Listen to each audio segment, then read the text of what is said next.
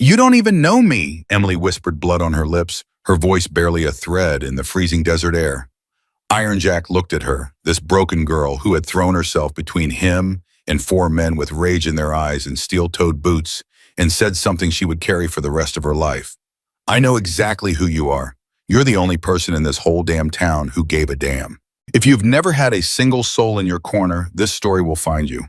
Before we go further, subscribe to this channel, hit that notification bell, and drop your city in the comments right now. I want to see how far this story travels. Let's begin. The diner closed at 10. That was the rule, the only rule that mattered to Emily Parker, because 10 o'clock was when the back door unlocked from the outside, and she could slip in through the service corridor to use the bathroom sink before Darlene the night cleaner pretended not to see her. Darlene always pretended not to see her. It was a kindness wrapped in plausible deniability, the sort of mercy that existed in towns like Prescott Valley, mostly in the dark, mostly between people who had nothing to offer each other except the quiet agreement not to cause more pain. Emily was 19 years old. She had been 19 for 4 months, 2 weeks, and 3 days. She knew this not because she celebrated birthdays. She hadn't celebrated one since she was 14, the last one her mother remembered before the pills took over her memory entirely, but because she counted. She counted because counting was something solid in a life that had become entirely liquid. Numbers didn't lie, numbers didn't leave. You could hold on to numbers when everything else slipped through your fingers. She lived behind the diner in a space between the dumpster and the cinder block wall that she had lined with 2 moving blankets and a folded tarp she'd pulled from a construction site 3 blocks east. She had a backpack.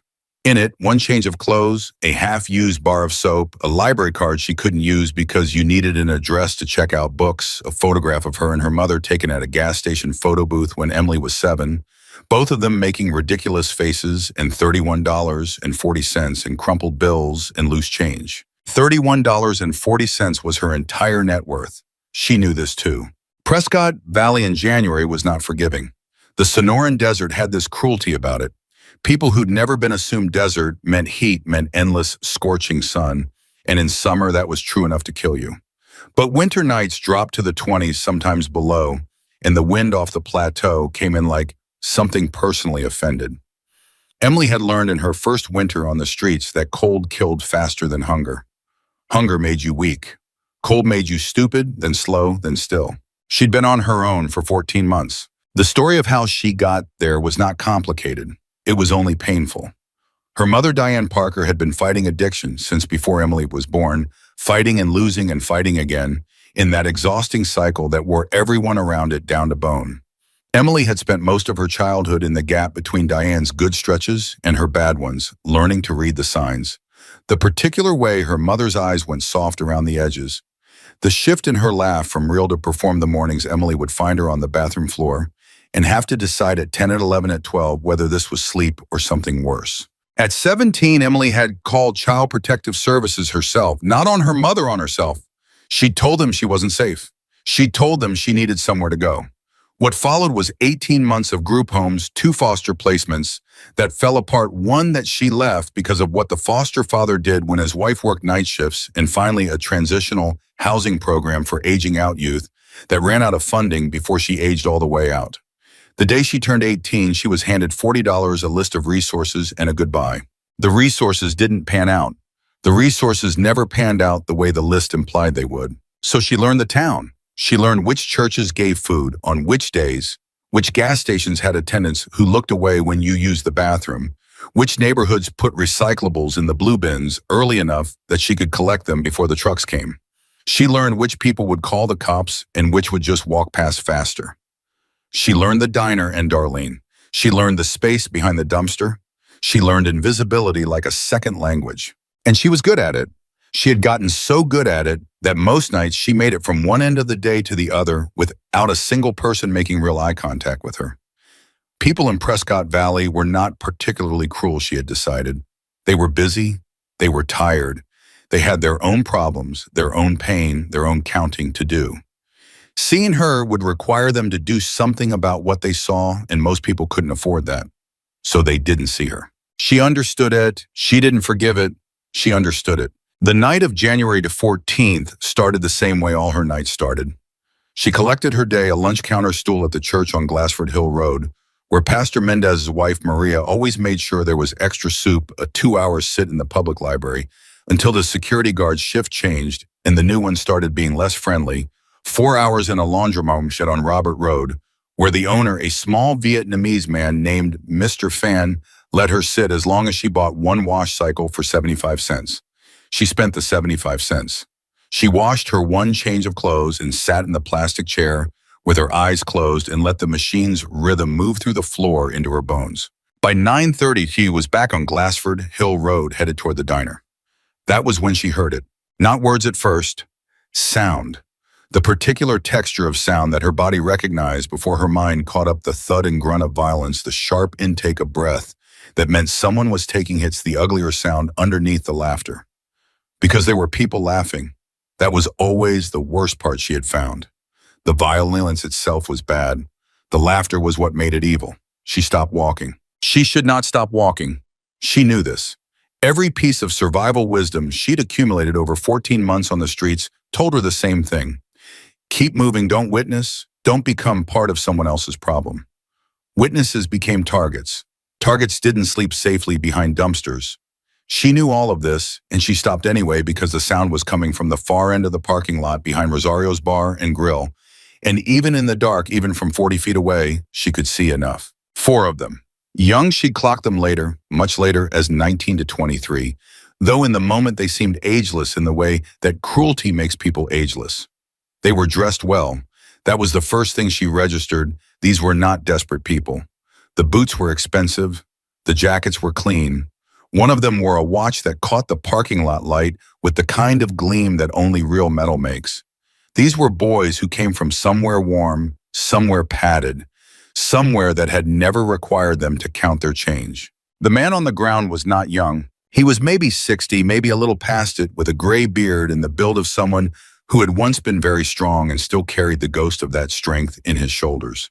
He wore a black leather vest over a flannel shirt, and even from here, she could see the patch on the back white background. Red letters, the name she'd heard before everybody in Arizona had heard before. He'd been on a motorcycle. She could see the bike on its side 10 feet from him, one wheel still slowly turning like it hadn't gotten the message yet that everything had stopped. He was trying to get up. That was what got her. Not that he was down, she'd seen people down. It was that he kept trying. Every time he got one arm under himself, one of them kicked it out. They were making a game of it. The one with the expensive watch was laughing hardest, saying something she couldn't fully make out, something about old men and their toys. And his voice had that particular quality, bright and certain, the voice of someone who had never in his life done a thing without being sure he'd get away with it. Emily stood at the edge of that parking lot for what felt like a very long time and was probably 4 seconds.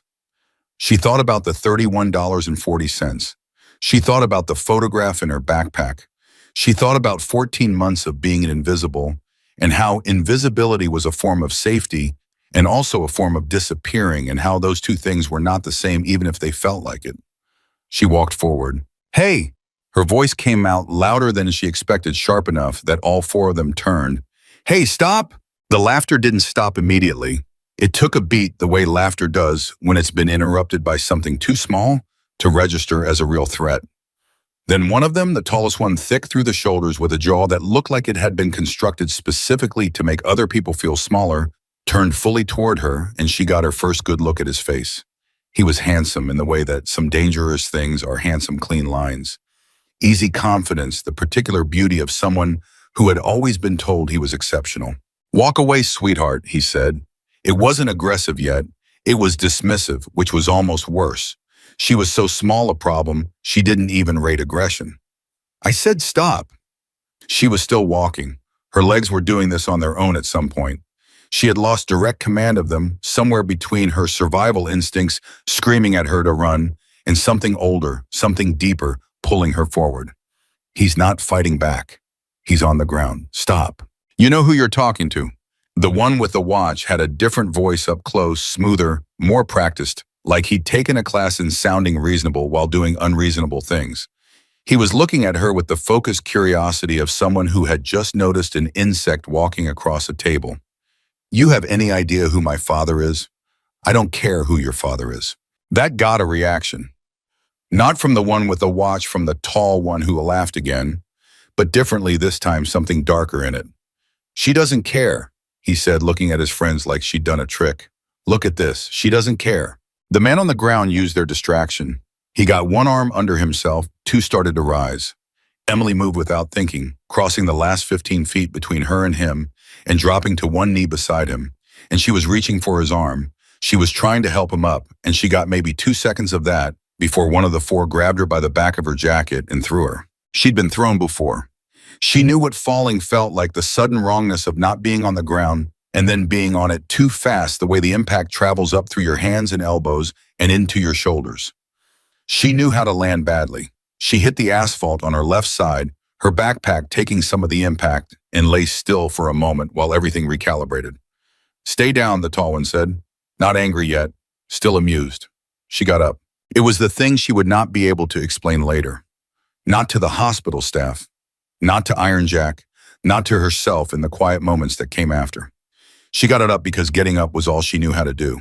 14 months of being knocked down by circumstances, by systems, by the slow grind of a world that had decided she didn't matter.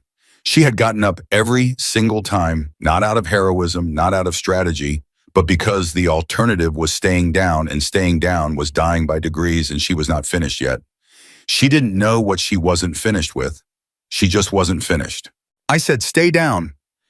The amusement was going now. She could hear it, leaving his voice replaced by something flatter and colder. No, she said. He hit her. Not with a fist, with his open palm, hard across the side of her face, the kind of hit meant to humiliate more than injure, to demonstrate the size of the gap between what he was and what she was. Her head snapped sideways. Her ear rang. She tasted copper. She did not fall. She stood there, her ear ringing, blood beginning to gather at the corner of her mouth, and she looked at him with eyes that had seen too much to show him the fear she felt, the fear that was very real and very large and very much present, and she said quietly, clearly, "You're going to have to do better than that." He did. She didn't remember all of it. Memory works that way with certain kinds of pain. The brain performs a small mercy, editing the footage, leaving gaps. What she remembered hitting the ground again, this time harder, her right knee taking the impact wrong. A boot against her ribs. Not a kick exactly, more of a shove with his foot, like she was something he wanted moved rather than something he was trying to destroy. The expensive watch catching the light as the arm it was attached to reached down and grabbed her backpack off her back. Her backpack with the $31.40 and the photograph and the soap. "You want to be a hero," the one with the watch said, and his voice was very close, close enough that she could smell the whiskey on his breath. "This is what heroes look like." And then they were walking away. All four of them, unhurried, easy in their bodies the way people are easy when they have never had real consequences, when consequence has always been something that happened to other people. She lay on the cold asphalt and breathed. Next to her, a hand, heavy, rough, trembling slightly, the old biker making it to his knees.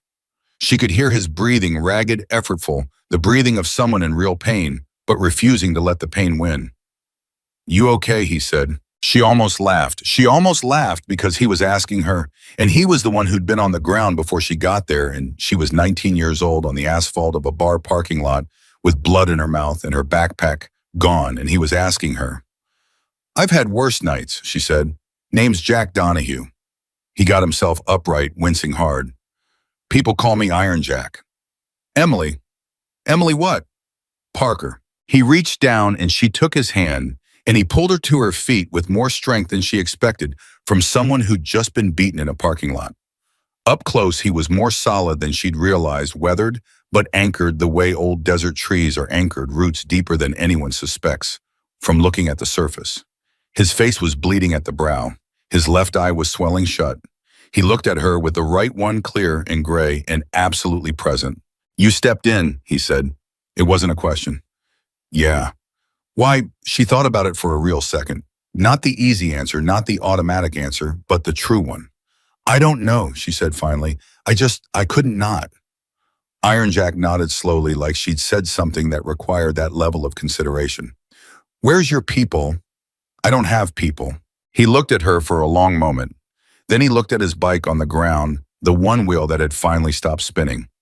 He looked at the parking lot empty now, the bar's neon sign buzzing its indifferent red and blue behind them.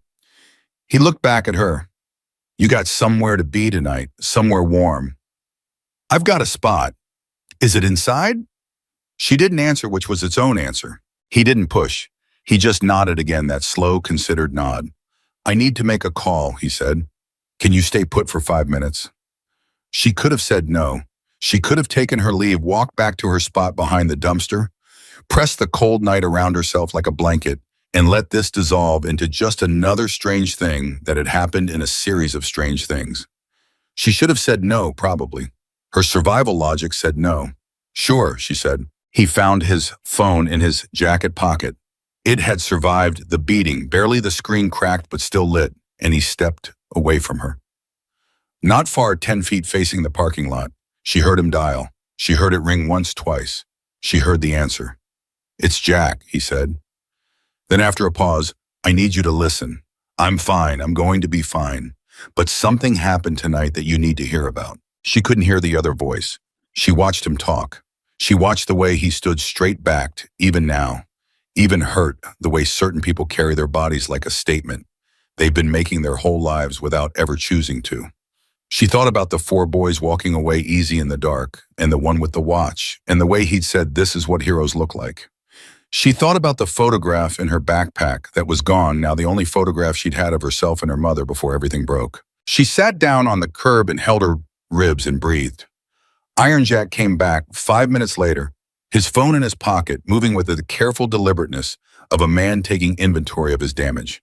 He sat down next to her on the curb, uninvited, but not unwelcome.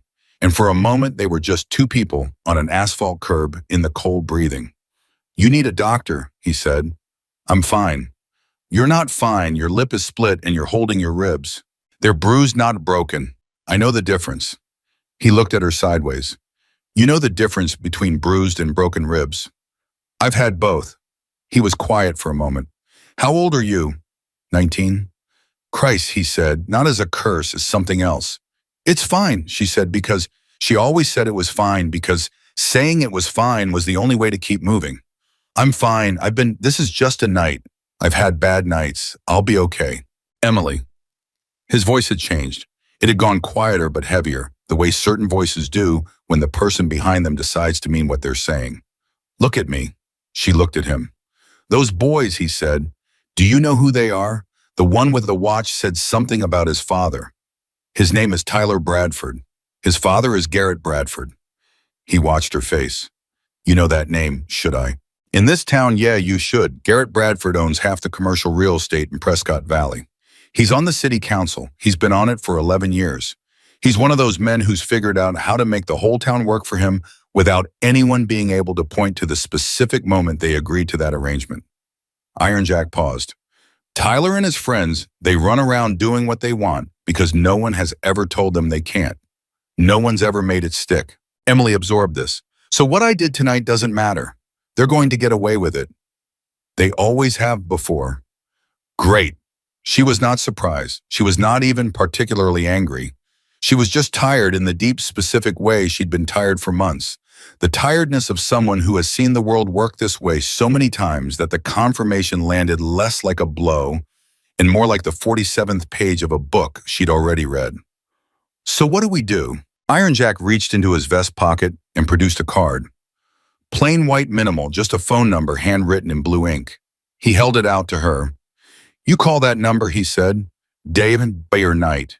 You call it, you tell whoever answers that Jack Donahue gave you this number, and you tell them what you told me, where you're sleeping, what you need, you understand. She took the card and looked at it. Who answers? People I trust. Why would they help me? They don't know me. They'll know you helped me. He looked at her steadily. That's enough. That's all it takes. She wanted to believe him. She found sitting on that curb with blood drying on her lip and her ribs aching and the cold working its way through her layers that some part of her, the part that had not yet been fully extinguished, the part that had put the card in her pocket after every setback and disaster and collected it back up and kept going, that part wanted badly to believe him. I don't need charity, she said. Old reflex. Automatic. It's not charity. His voice was entirely level.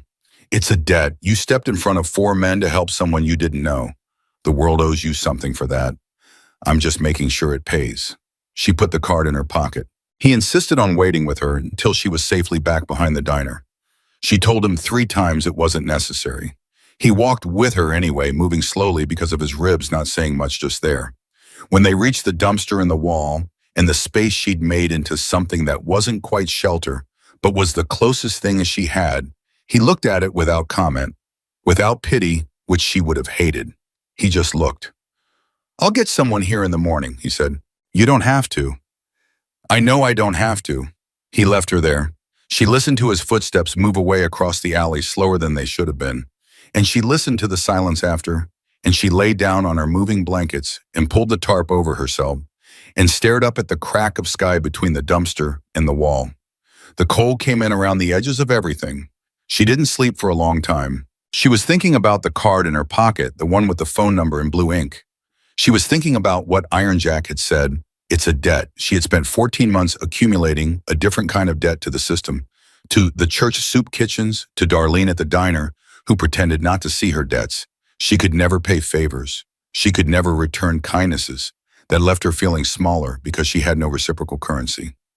This was different. He was saying she'd given something. He was saying what she'd done had value. She didn't know if she believed that yet, but she kept the card. At 11:47 p.m., Iron Jack made it to his bike, righted it with considerable effort and considerable pain, and drove it slowly to a parking lot 2 blocks from Yavapai Regional Medical Center, where he sat for a moment in the cold and breathed and took stock. 3 cracked ribs. Maybe he'd had cracked ribs before he knew the architecture of that pain. His left eye was closing. His lip needed stitches he probably wasn't going to get. His hands, when he held them up, were trembling slightly, but that was adrenaline leaving the body, not fear. He knew the difference. He made 4 phone calls. The first was to a man named Ruiz, his road captain, who answered on the second ring because Ruiz always answered on the second ring, day or night, a reliability that Iron Jack had come to regard as one of the fixed points of the universe. "Talk to me," Ruiz said. 4 men in the parking lot behind Rosario's. Well-dressed, young. The ringleader is Tyler Bradford, Garrett Bradford's kid. A pause. "They hit you." "They hit me. More importantly, they hit a girl who stepped in to help me. Homeless kid, 19 years old, sleeping behind the diner on Glassford Hill Road. She's got nothing. She threw herself in front of it anyway." Another pause, this one longer. "How bad?" "She says bruised ribs, split lip. They took her backpack. Everything she had was in it." Ruiz's voice, when it came back, was quiet and completely controlled the way Ruiz's voice always got when he was feeling something large. "What do you need?" "Put it on the board," Iron Jack said. "Tonight. I want everyone to know by morning." "Done." "And Ruiz," he paused, looking at the medical center's lights in the distance. "This girl, she has nobody. I want someone there when she wakes up. She's in the hospital. She should be. She's not going to go on her own. Send someone to the diner on Glassford Hill, the back, and get her seen to whether she argues or not. You know she's going to argue. She's been taking care of herself for a year with nothing. She's going to argue everything. Send someone patient. I'll send Maya." "Good call." He made the second call to the chapter president. He made the third call to a man he knew in Flagstaff, and the fourth to a contact in Phoenix, not to give specific instructions, but to start the water moving. Some information travels best when it starts moving before the full picture is clear. By the time the full picture was clear, you wanted the water already running. Then he went into the emergency room and waited 3 hours to see a doctor about his ribs. While he waited, he thought about Emily Parker, about the way she'd gotten up after being thrown down, about the way she'd said, "I know the difference between bruised and broken ribs, 19 years old, with the matter-of-fact certainty of someone who'd had time and experience to learn it. About the things she'd said when he asked her why she stepped in, I couldn't not." He had known a lot of people in his 61 years. He had known people who were brave because they calculated the odds and liked them, and people who were brave because someone was watching, and people who were brave because they wanted the story of being brave. He had known very few people who were brave because their bodies simply moved toward the thing that needed doing before their mind could object. She was one of those. You could see it in the way she stood, even hurt, even frightened, not performing courage, not even entirely aware she was demonstrating it, just standing in the direction of what she believed. The ER doctor told him 2 ribs were fractured and 1 was cracked, and he needed to take it easy for 6 weeks, which Iron Jack received the same way he received most medical advice, with the polite attention of someone who had no intention of following it. He drove home at 3 a.m. and sat in his kitchen and drank black coffee and opened his laptop and typed the name Garrett Bradford into the county property records database and spent an hour reading. By 4 a.m., he had sent a message to Ruiz that read simply, "Bradford is more connected than I knew. This needs to be handled carefully." Ruiz replied 40 minutes later. Noted, also the word is already moving. Phoenix knows, Tucson knows, more are asking. Iron Jack set down his coffee cup. He thought about Tyler Bradford's voice in that parking lot. "You have any idea who my father is?" The confidence of it, the certainty that the name was a force field, that it made the world arrange itself around his comfort. He had heard that certainty in voices before. He had watched the world rearrange itself around men like that his entire life. He thought about Emily Parker lying on the curb telling him she'd had worse nights. He typed back to Ruiz, "Let it move." The morning came in hard and clear, the way desert mornings come in no gradual warming, just the sudden shift from black to pale gray to blinding light, as if the sun had no patience for transitions. Emily woke with her ribs stiffened overnight into a different kind of pain, tighter and more insistent, and she lay still for a minute, doing the assessment she always did: what hurts? How bad? What does it prevent? What can be worked around? The ribs were bad, but workable. The knee was stiff. Her lip had sealed overnight the way small cuts do, and the left side of her face ached in a low, diffuse way that would probably fade by afternoon. Her backpack was gone. That was the real damage, the damage that had shape and weight. 3140 was replaceable in theory, painful in practice. The soap was $2. The library card was a walk to the library. The photograph was not replaceable. She sat with that for a moment, the way you sit with the specific grief of losing something irreplaceable. Not the crashing grief, just the quiet one, the one that settles into the space where the thing used to be. She heard footsteps at 7:15 a.m. She heard them before she saw anything steady, unhurried female comfortable in the alley, in a way that said this was someone who was not afraid of where she was. Emily sat up and pulled herself together, which was mostly about her face, about making sure her expression said competent and fine and not requiring assistance. A woman came around the corner of the dumpster, mid-40s, brown-skinned, dark hair pulled back, wearing a leather jacket with the same patch Emily had seen on Iron Jack's vest the night before. She had kind eyes and a no-nonsense mouth, and she was carrying 2 coffees in a paper bag that smelled like breakfast. "Emily Parker," she said. "Who's asking?" "My name is Maya Reyes. Jack called me." She held out one of the coffees. "He said you'd argue." "I'm not arguing." "You were about to." Maya set the bag down and sat on the edge of the concrete barrier that bordered the alley, making herself small and non-threatening in the practiced way of someone who had done this before. "He told me what happened last night." "I'm fine." "He said you'd say that too." Maya nodded at the coffee still extended. "It's black. Jack said you seemed like a black coffee person." Emily took the coffee. "He also said you lost your backpack. Everything in it." "It's fine." Maya opened the paper bag and produced 2 breakfast burritos wrapped in foil, set one on the concrete next to Emily and kept the other for herself. "There was a photograph in it," she said conversationally, not looking directly at Emily. "Jack mentioned it." "He mentioned the photograph. He mentioned you'd probably be upset about the photograph. He's observant for a man." She took a bite of her burrito.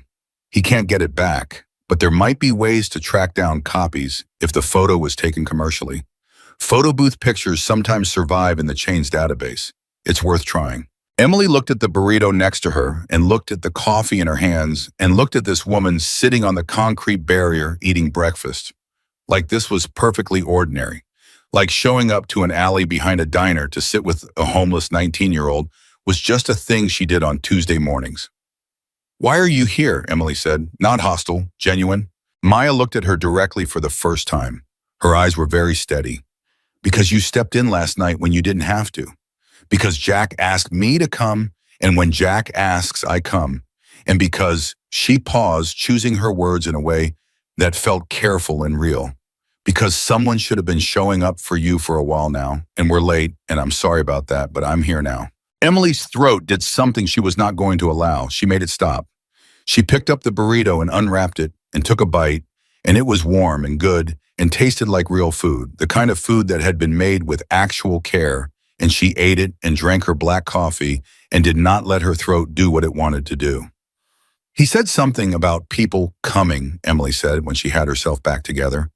This morning, he said he'd send someone. He sent me. Maya folded her foil neatly. I'm going to take you to a clinic, not a hospital, a clinic. Dr. Vasquez's practice on Miller Valley Road. She's a friend. She'll look at your ribs and your knee and make sure nothing's worse than it seems. Then we're going to figure out the next step. I don't have insurance. Jack's handling the bill. I know you don't want charity. Maya's voice was gentle but final, the voice of someone who has heard that sentence many times and has decided to move past it efficiently. It's not charity, I told you. It's a debt. You take the coffee, you take the clinic, you take what comes next, and then someday when you're on your feet, you find someone who needs it and you pass it forward. That's how it works. That's always how it's worked. You understand me? Emily looked at her for a long moment. Okay, she said. Good. Maya stood up and dusted off her jacket. We'll take my truck. Can you walk okay? I can walk fine. Then let's go. Emily picked up her empty coffee cup and looked at the space behind the dumpster. The moving blankets, the tarp, the specific arrangement of survival that she had built over weeks. She would need to come back for the blankets. She might not be coming back at all depending on what the next step was. She didn't know yet. She stood in that particular uncertainty and breathed it in, and then she followed Maya Reyes out of the alley and into the sharp desert morning. Behind her 217 miles south in Phoenix, a phone buzzed on a nightstand. A man named Cole Garrett, not related to the Bradford family despite the coincidental shared name, which was a coincidence he had never found funny, rolled over and read the message from his chapter president and sat up in the dark. He read it twice. Then he picked up his phone and started making calls. It was 7:32 in the morning. The day had barely started, and already something was moving through the network. Something that didn't have a name yet. Something that traveled faster than information and slower than fire. Something that felt to the men and women receiving those early calls like the particular electricity in the air before a storm. 2 hours later, Emily Parker was sitting in a clinic chair, having her ribs assessed by Dr. Vasquez, who confirmed 3 bruised and 1 cracked and told her to rest, which Emily received with the same polite attention Iron Jack had given the emergency room. Doctor's instructions, the attention of someone taking the information in while already rearranging it for practical reality. In the clinic waiting room, Maya Reyes sat with her phone and read the incoming messages and felt something happen in her chest that she recognized but didn't often name. It was the specific feeling of a thing being set in motion that was larger than anyone had quite planned. It was the feeling of a response beginning to take shape out of pieces that were individually small and collectively unstoppable. She typed a reply to Ruiz, how many? His response came back in 2 minutes. She looked at the number. She looked at it again. She put her phone in her pocket and looked at the wall and thought about a 19-year-old girl throwing herself between a man and 4 expensive boots in a dark parking lot for no reason except that she couldn't not. Some things you set in motion. Some things set themselves. Outside the clinic windows, the Arizona desert stretched hard and pale under the winter sun, and somewhere on the highways threading through it, engines were turning over. The sound was still too far away to hear, but it was coming. Maya drove like she talked direct. No wasted movement, no unnecessary explanation. Emily sat in the passenger seat of the truck with her hands in her lap and watched the town move past the window and tried to calculate what was happening to her life. She had spent 14 months making herself small enough to survive inside the cracks of a system that had decided she didn't exist. In the last 12 hours, she had been beaten in a parking lot, sat on a curb, with a man named Iron Jack, who bled on the asphalt and spoke to her like she mattered, and was now in a truck being driven somewhere by a woman in a Hells Angels jacket who brought her coffee and breakfast burritos and called her loss a debt. She didn't have a framework for this. She had a lot of frameworks for cold nights and hunger and invisibility and the specific arithmetic of $31 stretched across a week. She did not have one for this. You're thinking too hard, Maya said without looking at her. I'm not thinking anything. You've been staring at the door handle for 4 minutes. That's thinking. Emily looked away from the door handle. Where are we going after the clinic? Depends on what Vasquez says. I'm telling you, it's bruised ribs and a bad knee. I don't need... Then Vasquez will confirm that and we'll move on. Maya's voice was patient but absolute, the voice of someone who had developed the patience specifically because she'd learned that pushing back took more energy than just staying steady. Jack wants you seen. You let someone look at you and then we figure out next steps. It's not complicated. What are the next steps? One thing at a time. Emily went back to watching the window. The town moved past gas stations, a tire shop. The library she spent 2 hours in every day, a school with a blacktop where kids were already running in the cold morning light. Prescott Valley was not a bad town exactly.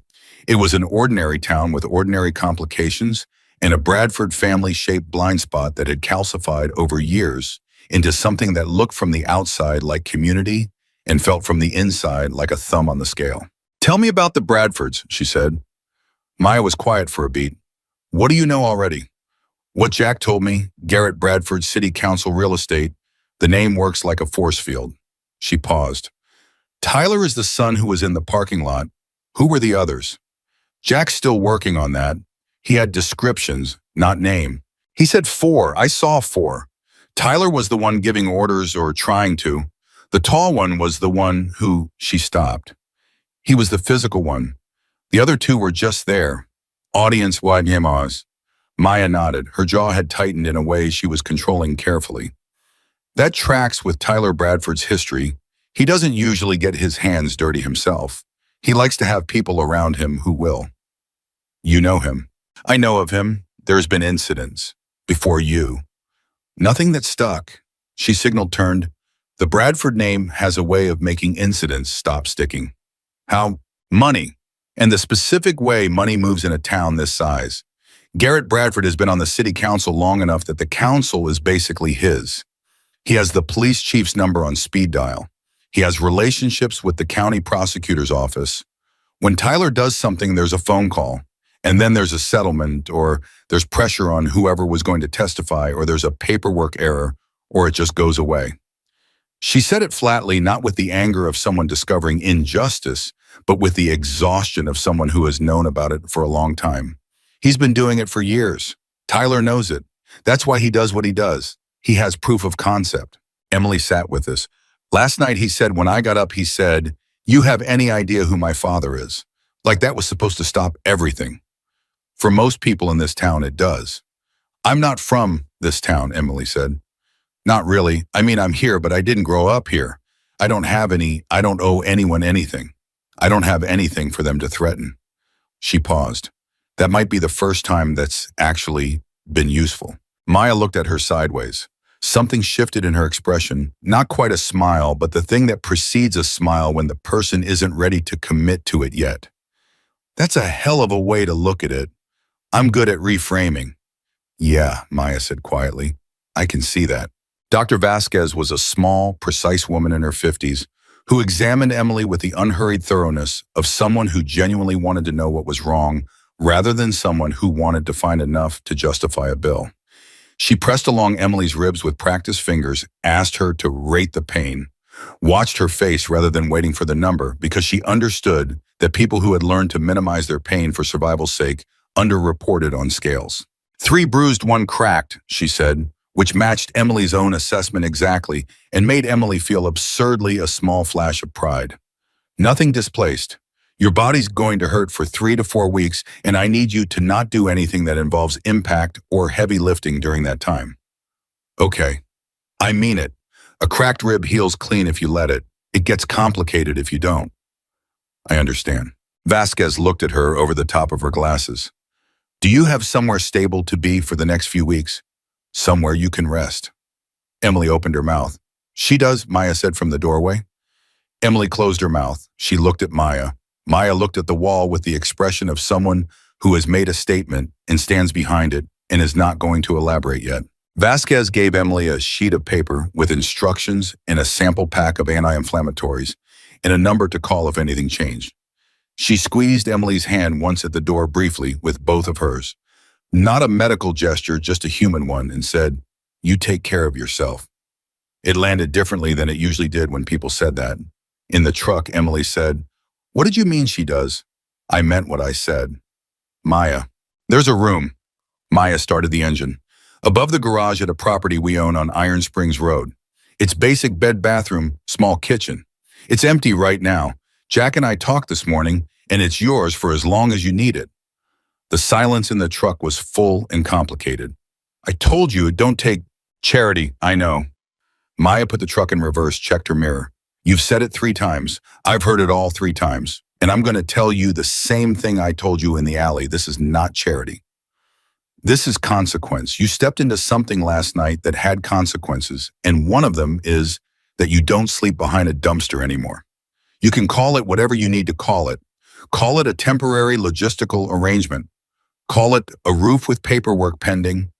Call it whatever makes it possible for you to say yes." She pulled out of the parking lot. "But say yes." Emily looked at her hands in her lap. "Yes," she said. She didn't realize how much she'd needed to say it until she heard herself say it. Something in her chest, not the cracked rib. Something older than the cracked rib, something that had been held rigid for 14 months, went slightly less rigid. Not all the way, not even close to all the way, but 1 degree. 1 degree was enough for now. By noon, the word had reached Phoenix, not a rumor.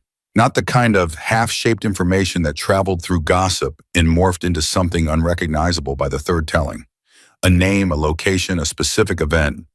Iron Jack Donahue Prescott. Valley, 4 men, 1 girl, a parking lot.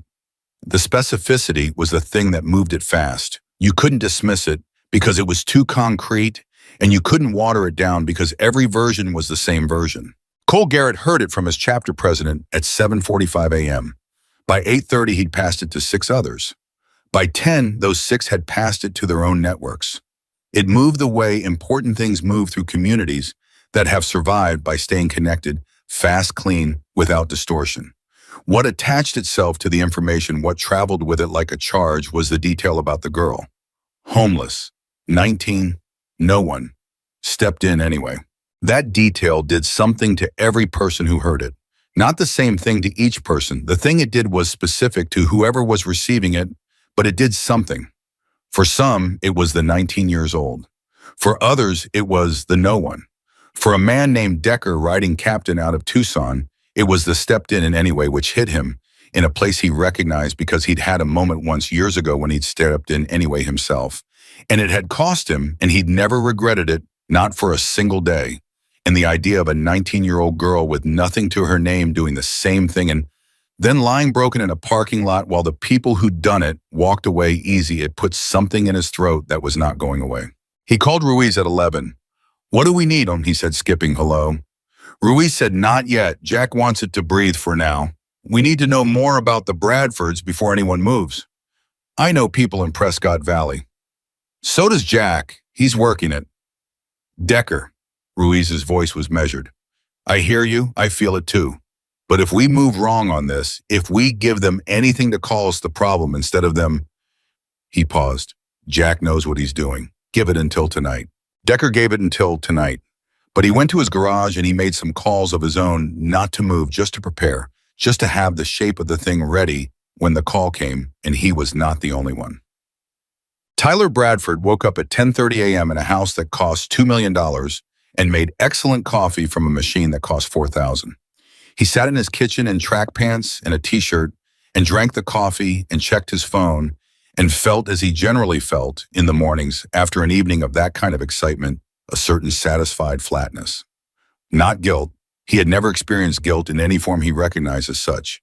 What he felt instead was a kind of morning after clarity, the same clarity he'd feel after a good game or a hard run, the sense of energy expended if something settled. He scrolled through his messages, texts from the guys from last night. Ryan confirming the story they'd agreed on. If anyone asked which was that, they'd left the bar, walked to their cars, seen nobody, done nothing.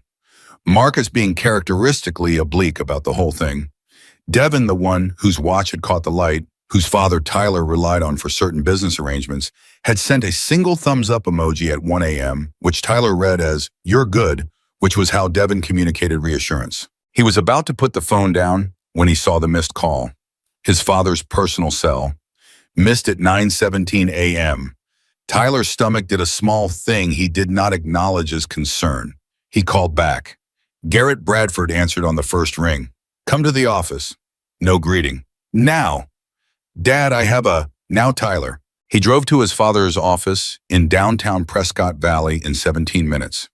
The office was on the third floor of a building Garrett Bradford owned naturally, and it had the particular aesthetic of a room designed by someone who wanted to communicate power without having to say the word.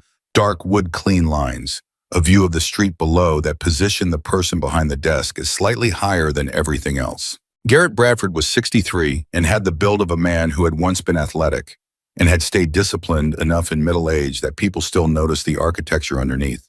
He was at his desk when Tyler came in, and he did not look up immediately, which was a technique Tyler had watched him use his entire life. The deliberate delay that communicated the hierarchy of the room before a word was spoken. When he finally looked up, his expression was one Tyler did not see often. Not anger exactly, something colder. "Sit down," he said. Tyler sat. "Tell me about last night." "There's nothing to tell. We left the bar, Don't." Garrett's voice didn't rise. It never rose. "I'm not asking you for the version you've rehearsed. I'm asking you what happened.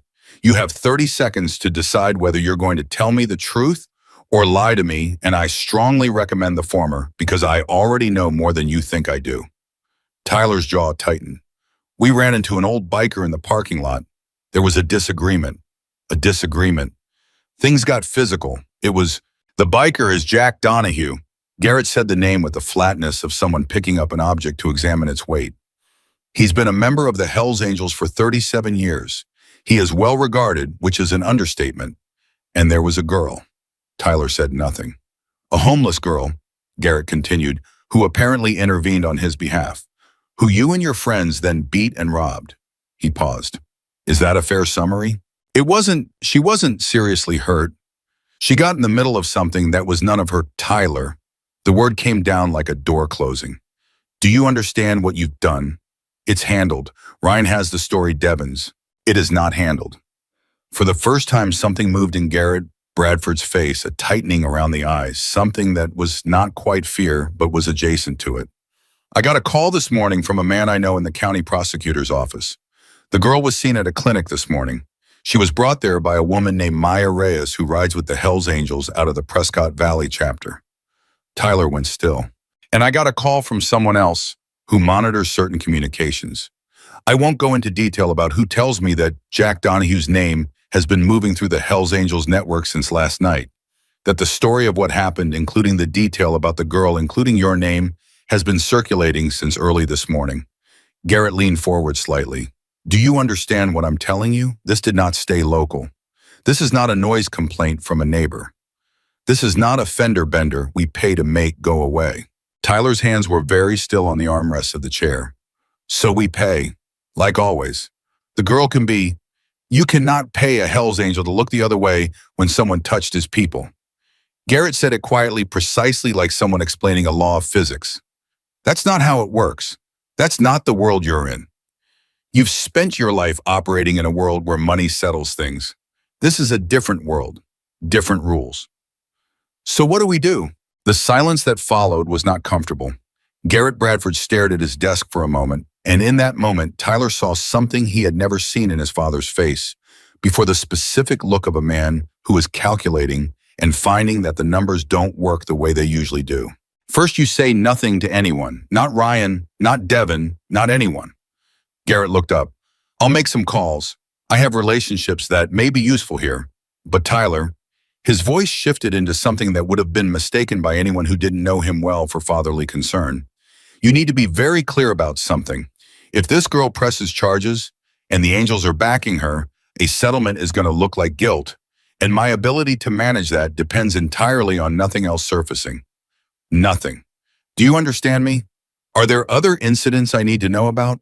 Tyler looked at his father. The careful practiced blankness on his face did not fully cover what was underneath. No, he said. Garrett Bradford studied his son for a long moment. Don't lie to me, he said quietly. There's nothing else. It was not true. They both knew it was not true. But Garrett Bradford had made a long career of allowing himself to believe the useful version of events, and so he nodded and picked up his phone, and Tyler left the office and the machine that had always protected him began its work. The machine called the police chief at 11:45. It reached the county prosecutor's office by 12:30. It put out feelers to 3 city council members by 2 p.m. It was a well-oiled machine. It had never failed. But this time, the machine did not know what was already moving toward it. Emily was sitting on the edge of the bed in the room above the garage on Iron Springs Road when Maya's phone rang at 1 p.m. and Maya stepped outside to take it. The room was exactly what Maya had said: basic, clean a bed and a bathroom, in a small kitchen with a 2-burner stove. There was a window that looked east toward the Bradshaw Mountains, which were snow-capped and sharp-edged against the sky. Emily had not seen a mountain through a window in 14 months. She had seen plenty of sky, more sky than most people see, in a lifetime when you sleep outside, but it was different to see the mountain through the frame of a window. It suggested that the window belonged to you. It suggested that this was your view. She was not ready to go that far yet, but she sat and looked at it. Her ribs hurt.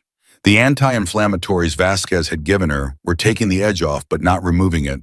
The crack was going to make itself known every time she breathed too deeply for the next 4 weeks, reminding her of the parking lot, reminding her of the parking lot, reminding her. She had decided she could live with that. She had lived with worse reminders. She was thinking about the photograph. Photo booth pictures sometimes survive in the chain's database, Maya had said. She didn't know which chain. She didn't know if there was a database or if accessing it was even possible, or if the specific booth where she and her mother had stood in 2013 at a truck stop outside Kingman still existed at all. But she was thinking about it. She was thinking about her mother's face in that photograph, the real laugh, the one that came from somewhere below the performance, the one that appeared most often in the good stretches when Diane Parker was fully present in her body and her eyes were clear, and she and Emily were just 2 people in a photo booth making ridiculous faces at a camera. She was thinking about whether her mother knew.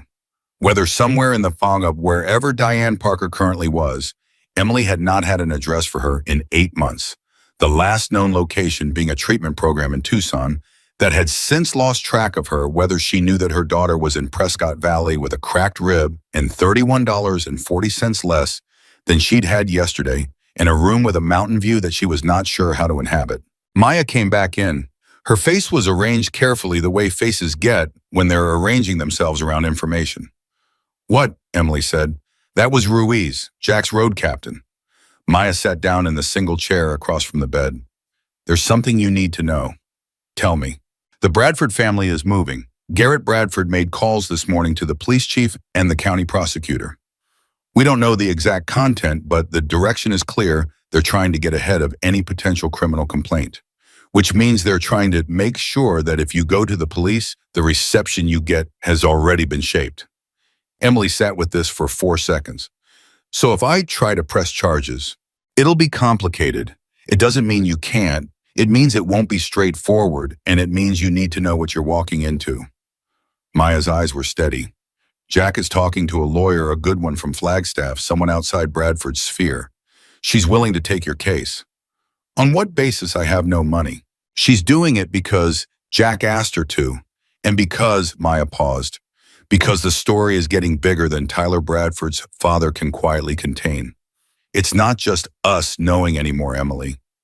It moved overnight. There are people in Phoenix, Tucson, Flagstaff who know what happened to you. They know your name.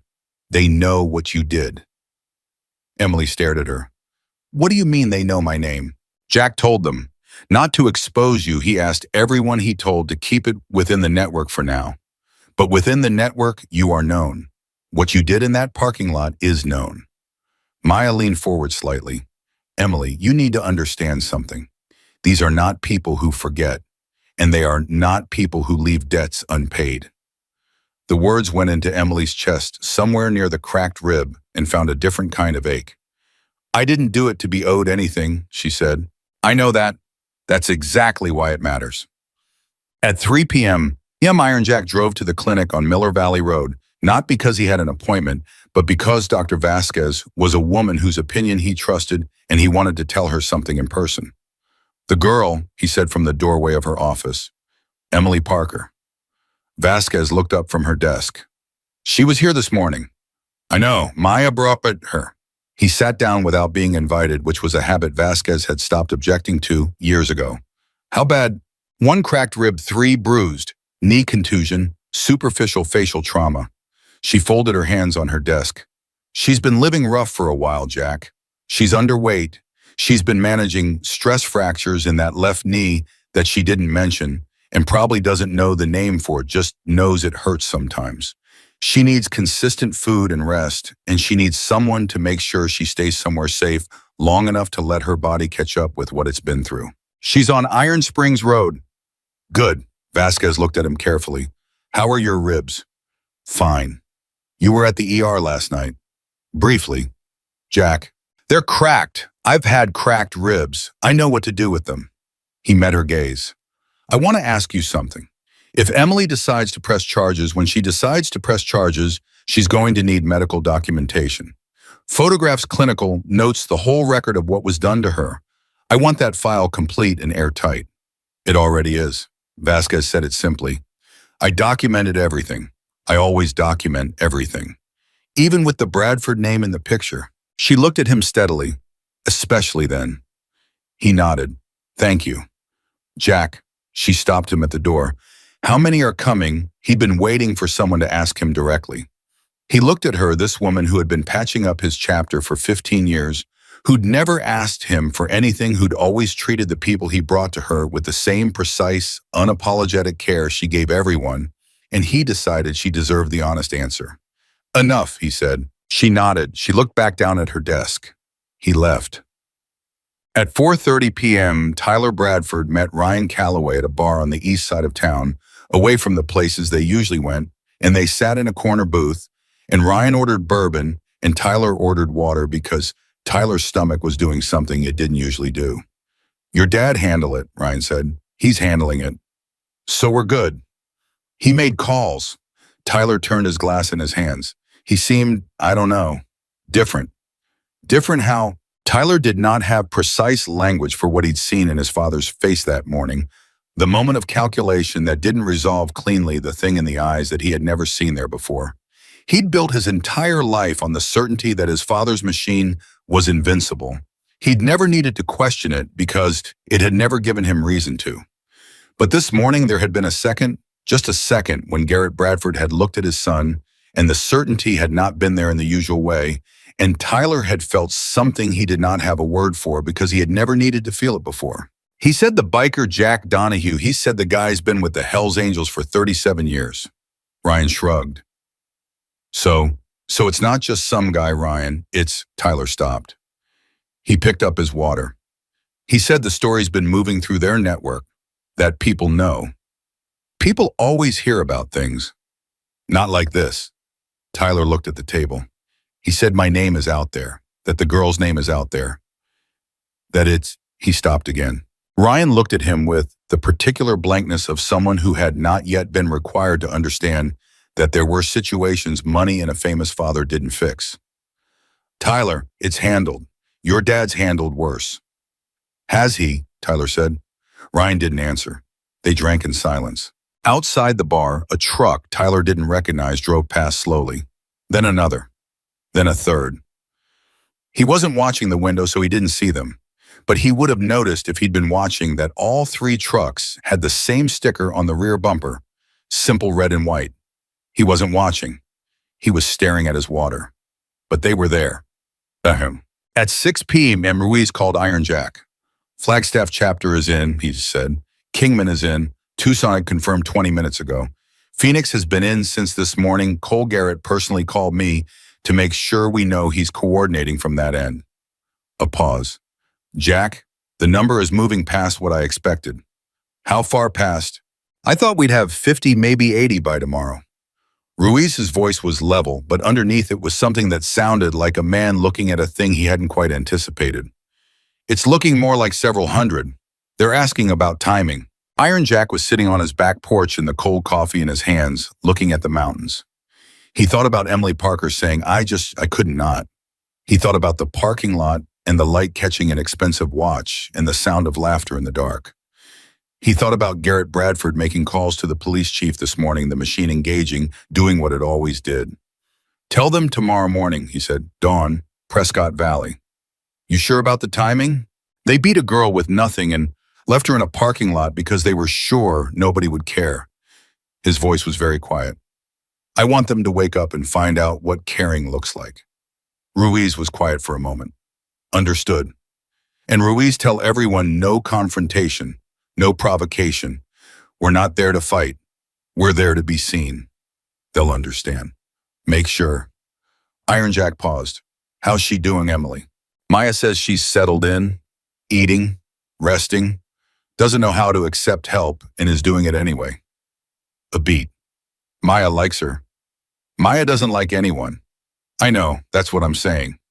Iron Jack ended the call and sat in the cold and looked at the mountains and felt the particular weight of something that had been set in motion and was now moving entirely under its own power. Across town in the room above the garage on Iron Springs Road, Emily Parker sat on the edge of her bed with the anti-inflammatories and a glass of water Maya had left and thought about everything she'd been told and everything she hadn't. She thought about the file Dr. Vasquez had built. She thought about the lawyer in Flagstaff. She thought about the card in her pocket, the one with the phone number in blue ink, which she'd kept, even though she now had Maya's number, because the card was from Jack. And the card was the first time someone had handed her something and called it a debt instead of a favor. She lay back, carefully avoiding the rib, and looked at the ceiling. At some point, she slept. She did not know sleeping that on every major highway that fed into Prescott Valley, from the south and east and west, headlights were beginning to accumulate in the dark. Not a crowd yet, not even close to a crowd yet, just the first threads of something enormous in the process of gathering itself. She did not know that in Phoenix and Tucson and Flagstaff and Kingman engines were being checked and gas tanks filled and the morning departure time was being set into phones and communicated through networks. She did not know any of that.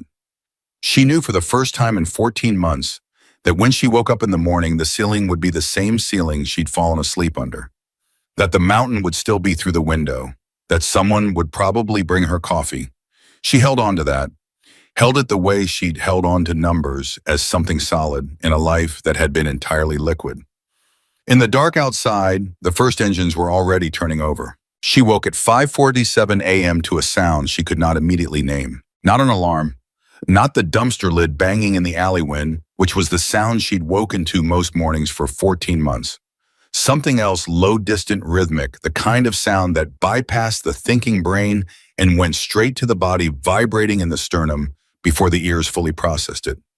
Emily lay still for 3 seconds, taking inventory the way she always did, ceiling window mountain pale pre-dawn gray. Right, Iron Springs Road, the room above the garage, real. She sat up carefully, favoring the left side, and moved to the window. The road below was empty. The neighborhood was quiet, but the sound was coming from further out from the highway, she thought, or from multiple highways, and it was not a single engine, but many layered on top of each other in a way that built rather than faded, that grew as she stood there listening until it was something you didn't just hear, but felt in the soles of your feet through the floor. Her phone, the prepaid Maya had pressed into her hands the night before, already loaded with $20, showed 5:49 a.m. and one text from Maya sent at 5:30. It said, "They're coming. Stay inside for now. I'll be there at 7. Emily read it twice. She stood at the window in the gray pre-dawn and listened to the sound grow. Ruiz got the first count at 5:15 a.m., standing at the edge of the highway interchange south of Prescott Valley, with his coffee going cold in his hand.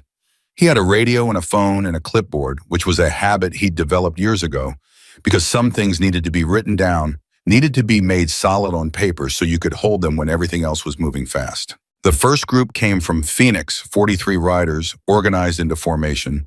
The way long-distance rides are organized, the road captain up front, everyone staggered back in the pattern that used the road efficiently and kept the group visible and cohesive.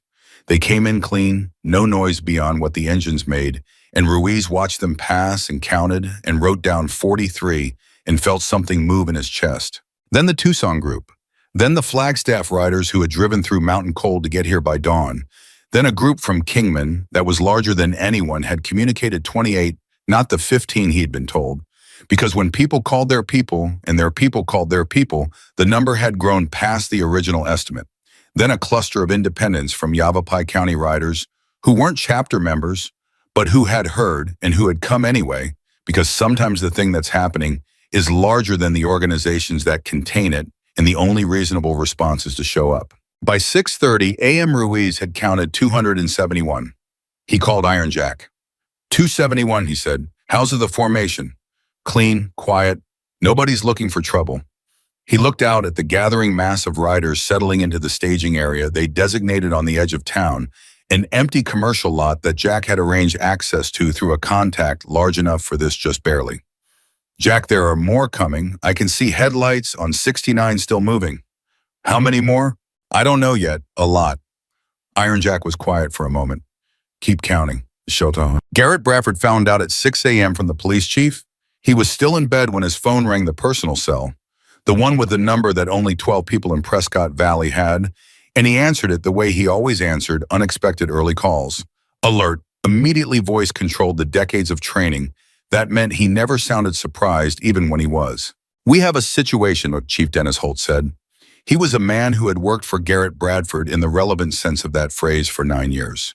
He was competent and practical and had long since made his accommodation with the way things worked in Prescott Valley.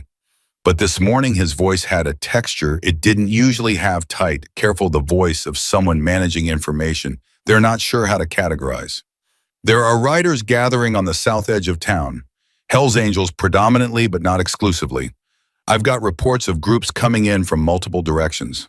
How many? Estimate right now is 200 to 300. It's still early. Garrett Bradford sat up in his dark bedroom and processed this the way he processed all challenges, as a logistics problem with a solution as a situation with leverage points that needed to be identified and applied. What do you need from me? I need to know how you want this handled. We can put units at the interchange. We can... No. His voice was sharp. You do not send units to the interchange. You do not make this a confrontation. Do you understand me? The moment you put police in their path, you give them a story, and the story stops being about my son and starts being about police versus bikers, and every liberal in the country lines up behind them. He was already thinking, already moving through the decision tree. What are they doing? Are they moving? Are they staging? As far as we can tell, there's an empty commercial lot on Glassford Hill Road. They're gathering there. Are they armed? We have no information on that. Legally open carry is... I know what's legal. That wasn't the question. Garrett stood up, moved to the window. I want eyes on that lot. Plain clothes. Not a provocation observation. And I want to know the minute any of them moves toward downtown or toward any residential area. Understood. And Holt, his voice went very flat. No incidents. Whatever you feel like doing this morning, don't. We cannot give them a reason. Are we clear? Clear. He hung up and stood at the window and thought about what he'd said to Tyler the previous morning. This is a different world, different rules. He'd believed he was in control of the game when he said it. He'd believed the call to the prosecutor's office had bought time that the machine could run its course before anything escalated. 200 to 300 riders at dawn. He picked up the phone again. He called his lawyer. Tyler Bradford found out the way most 23-year-olds found out about things from his phone, from someone who'd seen it at 6:45 a.m. when Ryan Calloway sent him a photograph. The photograph was taken from a car window, clearly by someone driving slowly past the staging area on Glassford Hill Road. It showed bikes, many bikes. The image was not high-quality phone camera, early morning light, but it showed enough. Row after row, the riders standing or sitting, the patches visible even at distance, the sheer physical mass of several hundred people who had driven through the night and arrived before sunrise and were now simply there. Ryan's message with the photo said, "You seeing this?" Tyler stared at the photograph for a long time. Then he called his father, and his father didn't answer, which had never happened before. And Tyler sat in his expensive house and felt the walls of the world he'd always lived in do something they had never done before. They felt for the first time like they had a texture, like they could be touched from the other side. Emily was still at the window when Maya arrived at 7:03. She heard the truck, heard Maya's boots on the stairs, heard the knock that was two quick raps already, a pattern, already something Emily's body recognized as safe. "Come in," she said without moving from the window. Maya came in and stood beside her and looked at what Emily was looking at, the street below the neighborhood, the distant sound that had not diminished but grown so that now it was not background, but foreground, not ambient, but present in the way that certain large things become present when they get close enough. "Tell me what's happening," Emily said. Maya was quiet for a moment, then, "By last count, Ruiz has 412 riders in the staging area, more still coming in." She said it simply without performance, but her voice had something in it, a weight, a held quality, like she was being careful with the number, the way you're careful with something fragile. "There are groups we didn't coordinate, people who heard through their own networks and came anyway. Independent riders, people who used to ride with chapters and don't anymore, a group of veterans out of Prescott who aren't affiliated with anyone but who heard the story and drove down at 3 a.m. Emily turned from the window. "Why?" The word came out small, which surprised her. She'd meant it to come out neutral. "I'm nobody. These people don't know me. They know what you did. I got beat up in a parking lot. Before that," Maya looked at her steadily, "you stepped in front of 4 men for someone you'd never met. You got up when they knocked you down. You stood there with blood on your face and told one of them he'd have to do better than that." Her voice didn't waver. "Emily, in a world where most people cross the street to avoid problems, you walked toward one. And you did it with nothing, no backup, no name, nothing to protect you. You did it because you couldn't not." She paused. "That's not a small thing. To people who have built their lives around loyalty and protection and the idea that some things are worth the cost, that is not a small thing." Emily looked at her hands. Her hands, which had reached for Iron Jack's arm in the parking lot, not because she'd calculated the risk and found it acceptable, but because her hands had simply moved. "I keep telling people I didn't do it to be—" "I know." Maya sat down on the edge of the bed. "That's exactly why it matters. You didn't do it for anything. You did it because it was the right thing and your body knew it before your brain could object." She paused. "Jack says that's the rarest kind of courage. The kind that doesn't know it's courage." Emily sat down on the other side of the bed. She breathed carefully around the cracked rib and looked at the floor and held the number in her head, 412, and tried to make it real and couldn't, not fully, not yet. "What happens now?" she said. "They're going to ride through town," Maya said. "Not to anyone's house, not to the police station, not to Bradford's office, just through town. Main Street, the routes people use every day. They're going to be seen." She paused. "And then they're going to park outside this hospital. You're going in today for a formal examination. The lawyer from Flagstaff, her name is Sarah Chen. She's meeting us there at 9. She needs you examined and documented at the hospital level, not just the clinic for the criminal complaint." "The criminal complaint," Emily repeated. "If you want to file one, it's your choice. Jack was clear about that. Everything that's happening today, the riders, the presence, all of it, it's not to pressure you into anything. It's to make sure that if you do choose to fight this, you're not fighting it alone." Emily thought about Tyler Bradford in the bar parking lot saying, "You have any idea who my father is?" She thought about the photograph gone from her backpack. She thought about the 14 months of being invisible and the years before that of being visible in all the wrong ways to all the wrong systems. She thought about Dr. Vasquez documenting everything with the flatness of someone who does the right thing as a matter of professional routine, about Maya showing up in the alley with 2 coffees and not flinching at what she found. She thought about a number, 412. "I want to file," she said. Maya nodded once slow, the way Jack nodded. Emily was beginning to understand that this was a language that certain people communicated the largest things with the smallest gestures, that the nod meant, "I hear you and I'm with you, and it's done all at once." "Then let's get you ready," Maya said.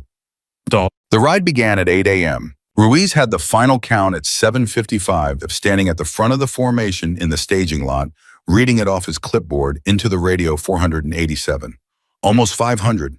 More than anyone had projected when Iron Jack had made his 4 phone calls in the ER parking lot 2 nights ago. More than the network had officially coordinated. The last 100 or so had come entirely of their own volition, following the current of the story the way water follows the shape of the land, because some things don't need organizing once they've gathered enough weight. Iron Jack was at the front. He was not supposed to be. Ruiz had suggested twice that someone else should ride point given his ribs, and Iron Jack had received both suggestions, the same way he'd received the emergency room doctor's advice about rest. He rode with his jaw set and his eyes forward and his fractured ribs making themselves known with every vibration of the engine, which he declined to acknowledge. They moved out of the staging area and onto Glassford Hill Road in a column that was by any reasonable measure one of the more remarkable things Prescott Valley had ever seen. Not fast, this was not a race, not a charge, not an aggression. They moved at exactly the speed limit, which was its own kind of statement. We are here, we are legal, we are not giving you a single thing to use against us. The column stretched back so far that the riders at the rear could not see the front, and the sound of it, the layered harmonic of nearly 500 engines at moderate throttle, was the sound Emily had woken to before dawn and tried to name. It had a name now, the town was learning it. People heard before they saw. A woman named Carol Simmons, 64, who had lived on Glassford Hill Road for 30 years, was in her kitchen making oatmeal when the sound moved through her walls, and she went to her front window and stood there with the spoon still in her hand. She had heard motorcycles before everyone in Arizona had heard motorcycles, but not like this, not this many at once, not moving with this kind of deliberate gravity. She called her neighbor. Her neighbor was already at her own window. A man named Pete Darrow, who ran a hardware store on Main Street and had known Garrett Bradford for 20 years and had the particular complicated relationship with him that most small business owners in Prescott Valley had grateful for. The development money uneasy about the cost. Careful never to say anything too directly, was unlocking his store at 8:15 when the column turned onto Main Street and he stopped with his key in the lock and watched. He was watching them when he realized his phone was buzzing in his pocket. He looked at the screen. It was Garrett Bradford's office number. He put the phone back in his pocket and watched the riders pass. A local news crew, which had been tipped off by a source Ruiz had not identified and had not discouraged, was set up at the corner of Main and Gurley by 8:20, the camera rolling. The reporter, a young woman named Kelly Park, who was 3 years out of journalism school and had spent most of those 3 years covering city council meetings and school board disputes, stood in front of the column with her mouth slightly open for a moment before she remembered she was on camera and pulled herself together and started talking. What she said in that first live hit was mostly accurate. Hundreds of riders, Hells Angels insignia, predominant, peaceful, and orderly, moving through downtown Prescott Valley. She did not yet have the full story. She had a partial story, something about an incident involving a local man and a young woman, something about the Bradford family, and she was working her phone in between segments trying to build it out. By 9 a.m., the clip was on social media. By 9:30, it had been shared enough times to show up in the feeds of people who had no connection to Prescott Valley, Arizona, who lived in other states, other regions, who did not know anyone involved, but who watched it and felt something, the specific feeling of witnessing something true in a world that frequently offers the opposite. Sarah Chen arrived at Yavapai Regional Medical Center at 5 minutes to 9, which told Emily something about her before a word was spoken. She was 40 small, with the kind of contained energy that people develop when they've spent years doing work that requires them to be more precise than their opponents and more patient than their clients. She shook Emily's hand with both of hers, not the doctor's gesture Vasquez had made, but something more professional, more deliberate, more like a contract being proposed. Emily, she said, I've read Dr. Vasquez's notes. I've read the police report from the night of the incident, what there is of it, which is not much, which is itself useful information. I want to hear from you directly in your own words what happened, not for the official statement, yet that comes later after the examination. Just for me, so I understand. They sat in a hospital consultation room, Maya outside the door, Maya who had driven her here in the truck, Maya who had said almost nothing on the way and had communicated everything that needed to be communicated through the fact of being present and driving, and Emily told Sarah Chen what happened. All of it. She told it the way she'd told it to Iron Jack, the way she'd told it to Maya directly, without embellishment, without minimizing. She was 19 and she had been through enough to know that embellishment introduced doubt and minimizing introduced doubt, and the truth stated plainly was the most durable thing available to her. Sarah listened without interrupting. She took notes on a yellow legal pad in handwriting that was small and very precise. When Emily finished, she looked up. Who told you to step in? She said. Emily blinked. Nobody. No one suggested it, encouraged it, told you that you should. No, I didn't know any of these people. I'd never met Iron. I'd never met Jack Donahue. She stopped. I saw what was happening and I moved. Sarah nodded and wrote something down. Good. That matters legally. Your intervention was independent and spontaneous. It establishes you as a witness as well as a victim. She set the pen down. Emily, I need to tell you something about what's likely coming, and I need you to hear it without flinching because it's going to be difficult. Tell me. The Bradford family is going to try to make this about you, about your circumstances, your housing situation, your history with foster care, any interaction you've had with law enforcement, anything that can be used to introduce doubt about your credibility. She said it without softness, not because she was unkind, but because she understood that Emily needed clarity more than cushioning. They have resources and they have relationships, and they will use both. The prosecutor's office has already been contacted by Garrett Bradford's people. That doesn't mean the prosecutor is compromised. It means there's pressure. There's a difference.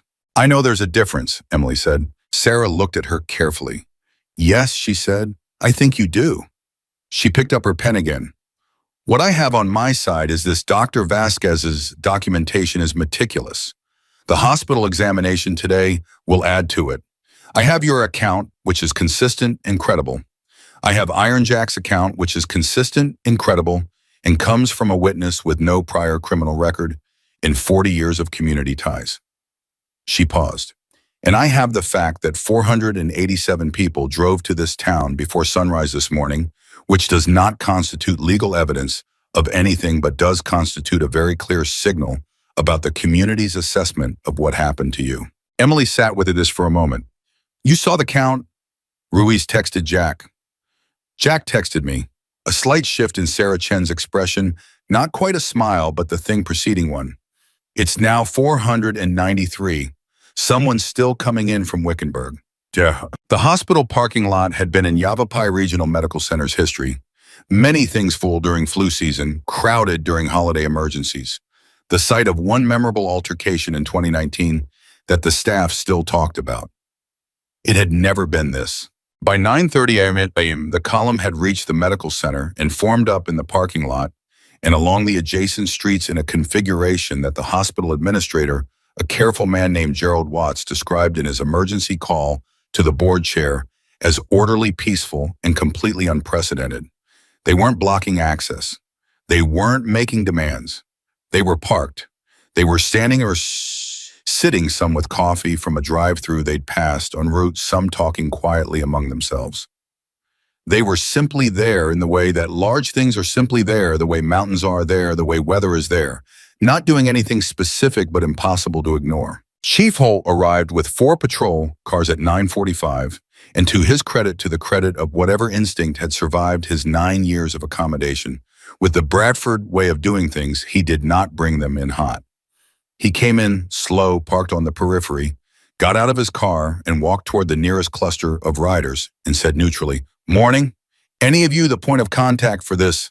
A man he didn't recognize, mid-50s, weathered face arms that suggested a life lived outdoors, and physically said, "Ruiz is coordinating. He's over by the entrance." Holt found Ruiz. Ruiz looked at him the way Ruiz looked at most things, steady, unhurried, giving nothing away. "Chief, you want to tell me what's happening here?" "We're visiting a friend who was injured," Ruiz said. Holt looked at the 493 motorcycles in and around his hospital parking lot. "That's a lot of visitors." "She's important to us." Holt studied Ruiz for a long moment. He was thinking about Garrett Bradford's voice on the phone that morning. No incidents, we cannot give them a reason. He was thinking about the clip on social media that his own daughter had texted him at 9 a.m. with a message that said, "Dad, is this happening here?"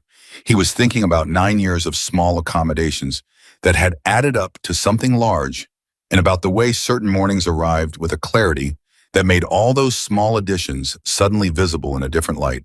"Are you planning to stay here all day?" he said. "Until our friend's legal business is finished," Ruiz said. "Then we'll leave." "Peaceful." "We're always peaceful, Chief, when we're allowed to be." The silence between them had layers. Holt heard them. He nodded once slowly and went back to his car, and he did not call Garrett Bradford back. "What?" The call Garrett Bradford had been waiting for came at 10:15, not from Holt, but from his lawyer, whose name was Philip Greaves and who had been practicing law in Yavapai County for 30 years, and who had managed in those 30 years to project a consistent and genuine affection for Garrett Bradford, while privately maintaining the specific detachment that skilled lawyers develop toward their most demanding clients. Phil. Garrett was in his office. Tyler was in the chair across from him, summoned at 8 a.m., sitting with the locked stillness of someone who has been told to stay quiet and is struggling with it. Tell me something useful.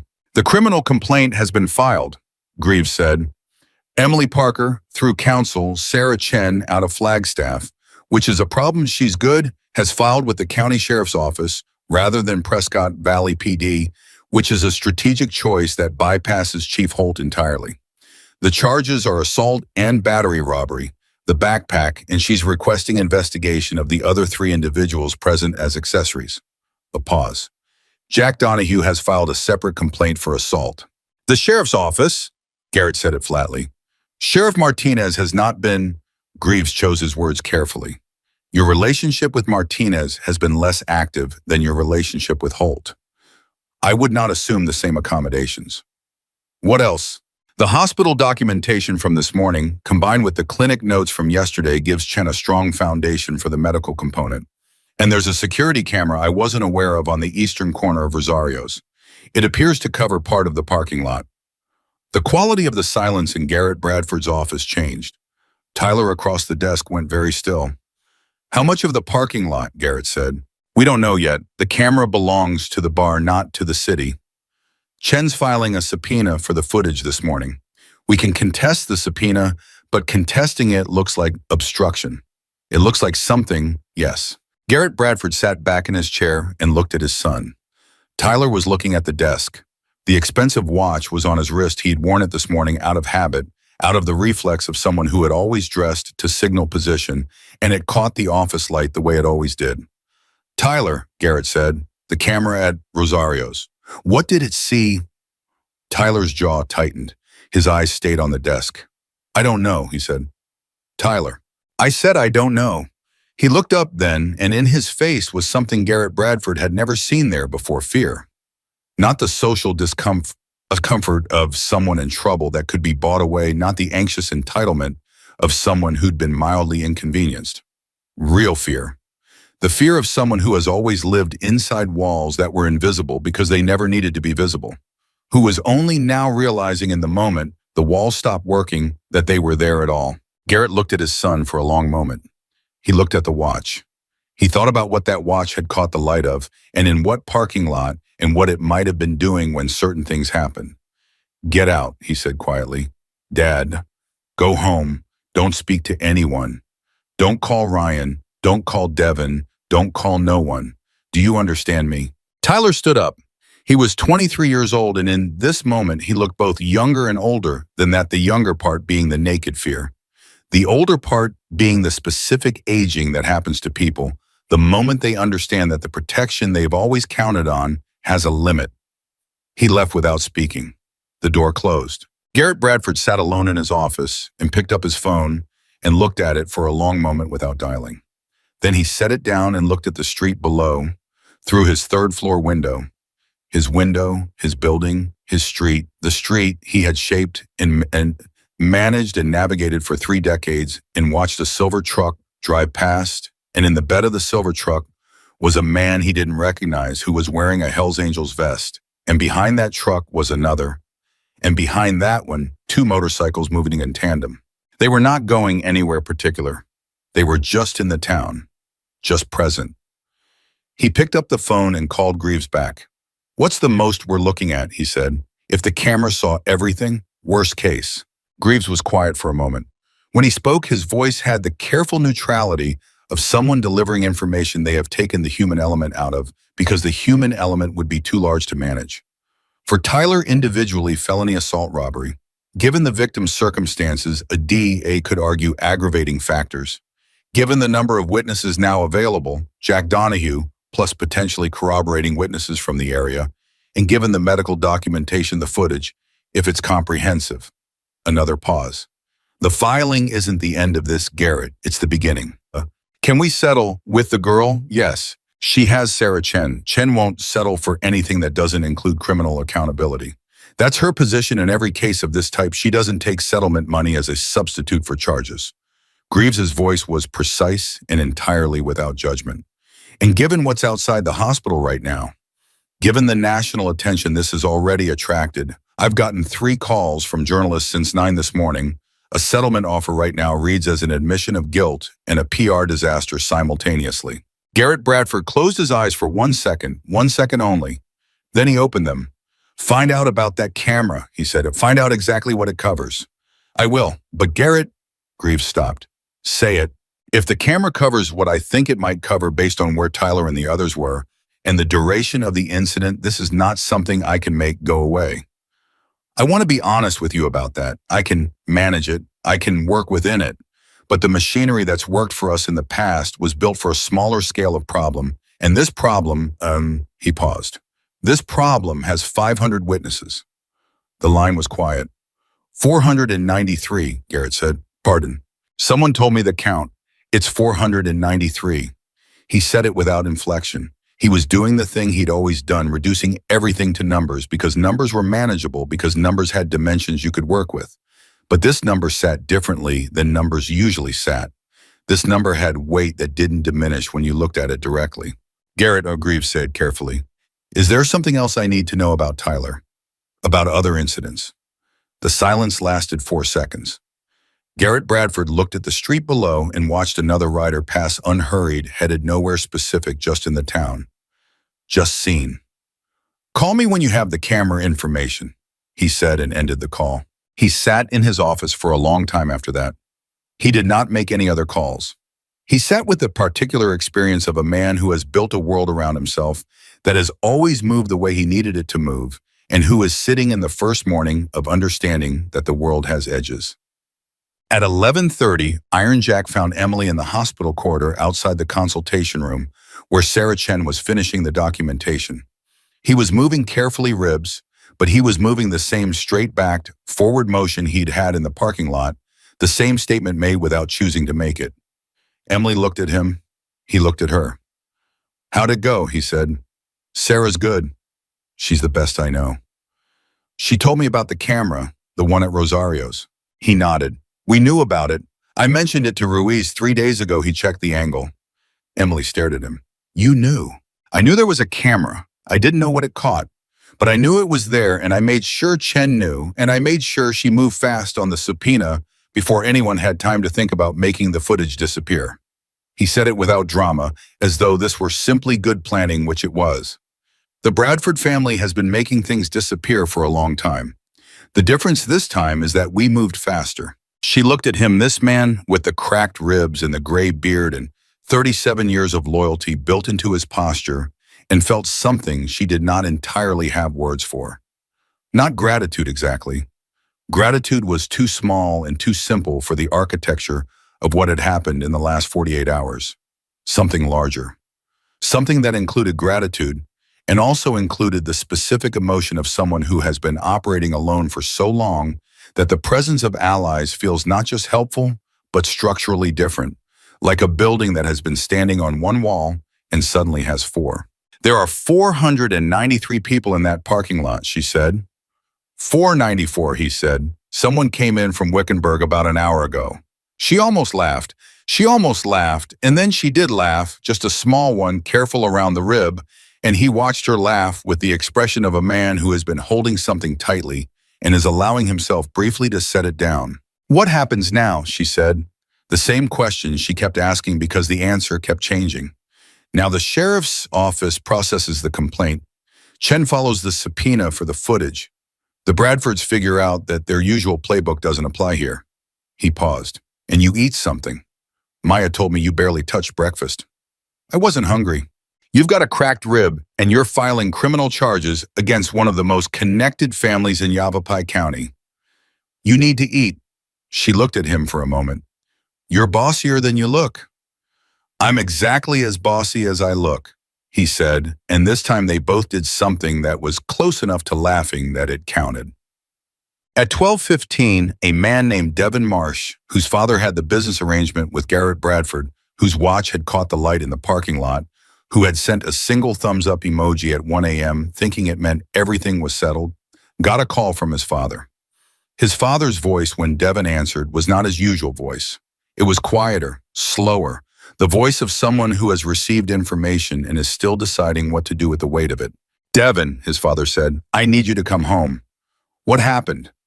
"There's a camera," his father said, "at the bar. It covers most of the parking lot." Devin sat down on the nearest surface, which was a kitchen counter. His legs had done something they didn't usually do. "How much does it?" "Most of it." His father's voice was very controlled. "Devin, I need you to listen to me. I've spoken to our attorney this morning. Tyler Bradford's family is going to be managing their own legal exposure, and that management is going to involve decisions that may not align with your interests. Do you understand what I'm telling you?" Devin understood. The thing Tyler had always communicated, his father handles it. Everyone is fine. The Bradford name is, the force field was communicating something different now. Was communicating clearly and finally that when the walls of the force field cracked, the people inside it found out very quickly where the real boundaries were. "What do I do?" Devin said. His father was quiet for a moment. "Come home," he said again, "and call a lawyer, your own, not the Bradfords." Devin put the phone down and sat on his kitchen counter and thought about a parking lot. He thought about a girl getting up when she'd been knocked down. He thought about what the watch on his wrist had been doing when she got up. He thought about the camera at the corner of Rosario's that he had not known was there covering most of the parking lot. And he thought about the subpoena Sarah Chen had filed that morning. And he thought about 494 riders in a hospital parking lot. And he thought about how the world had always arranged itself around Tyler Bradford's comfort and how it was apparently in the process of doing something else. He took the watch off, he set it on the counter, he called a lawyer. By 2 p.m., the clip from Kelly Park's morning report had accumulated a number of views that her producer described to her over the phone in a tone of professional disbelief as significant. By significant, he meant that it had been picked up by 2 national outlets. By 2 national outlets, he meant that the story of what happened in Prescott Valley, the girl, the parking lot, the 500 riders at dawn, was no longer a local story. Kelly Park was in her car outside the hospital when she got the call. She was working 3 phones and a laptop and had drunk enough coffee to qualify as a medical event, and she was in the specific way of journalists who find themselves at the center of something large that they didn't expect, both thrilled and terrified, and trying not to be either because both got in the way of the work. She had the outline of the story now. She got down it from 3 sources, none of them official, all of them consistent. A homeless girl, a biker, a parking lot, 4 young men with expensive clothes and a famous father in a single act of courage that had set off a chain of consequence, so out of proportion to its origin, one girl stepping forward that it kept making her stop and sit with it. Her editor called it 2:15.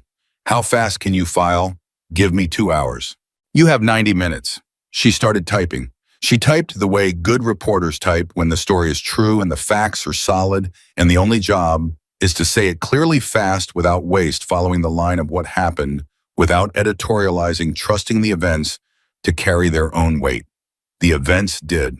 At 2:45 from somewhere in the hospital parking lot, a radio picked up an outside signal and someone turned the volume up and a song came through that nobody had chosen deliberately, but that nobody moved to change. And for a few minutes, nearly 500 people who had driven through the night from different places and different circumstances stood in a hospital parking lot in the winter sun of the Arizona desert and were quiet together. And the mountain was there above the town, the way it was always there. And inside the hospital, a 19-year-old girl with a cracked rib and 30 years of fighting still ahead of her sat with a lawyer who was building a case that was going to go places none of them could fully see yet. And the footage from a camera at the corner of Rosario's Bar and Grill was sitting in a server somewhere, waiting for a subpoena to free it, and in an office on the 3rd floor of a building on the main street of Prescott Valley. A man who had arranged the world around himself for 30 years sat alone and did not make any more calls. The mountain was there. The riders were there. The story was moving. Some things, once they start, do not stop. The footage arrived at Sarah Chen's office at 3:47 p.m., sent directly from the Yavapai County Sheriff's Department after Sheriff Martinez signed off on the subpoena with a speed that surprised everyone except Ruiz, who had quietly made a call to someone who knew Martinez personally and had communicated without specific instruction that speed was appropriate here. Sarah was alone in the consultation room when she opened the file.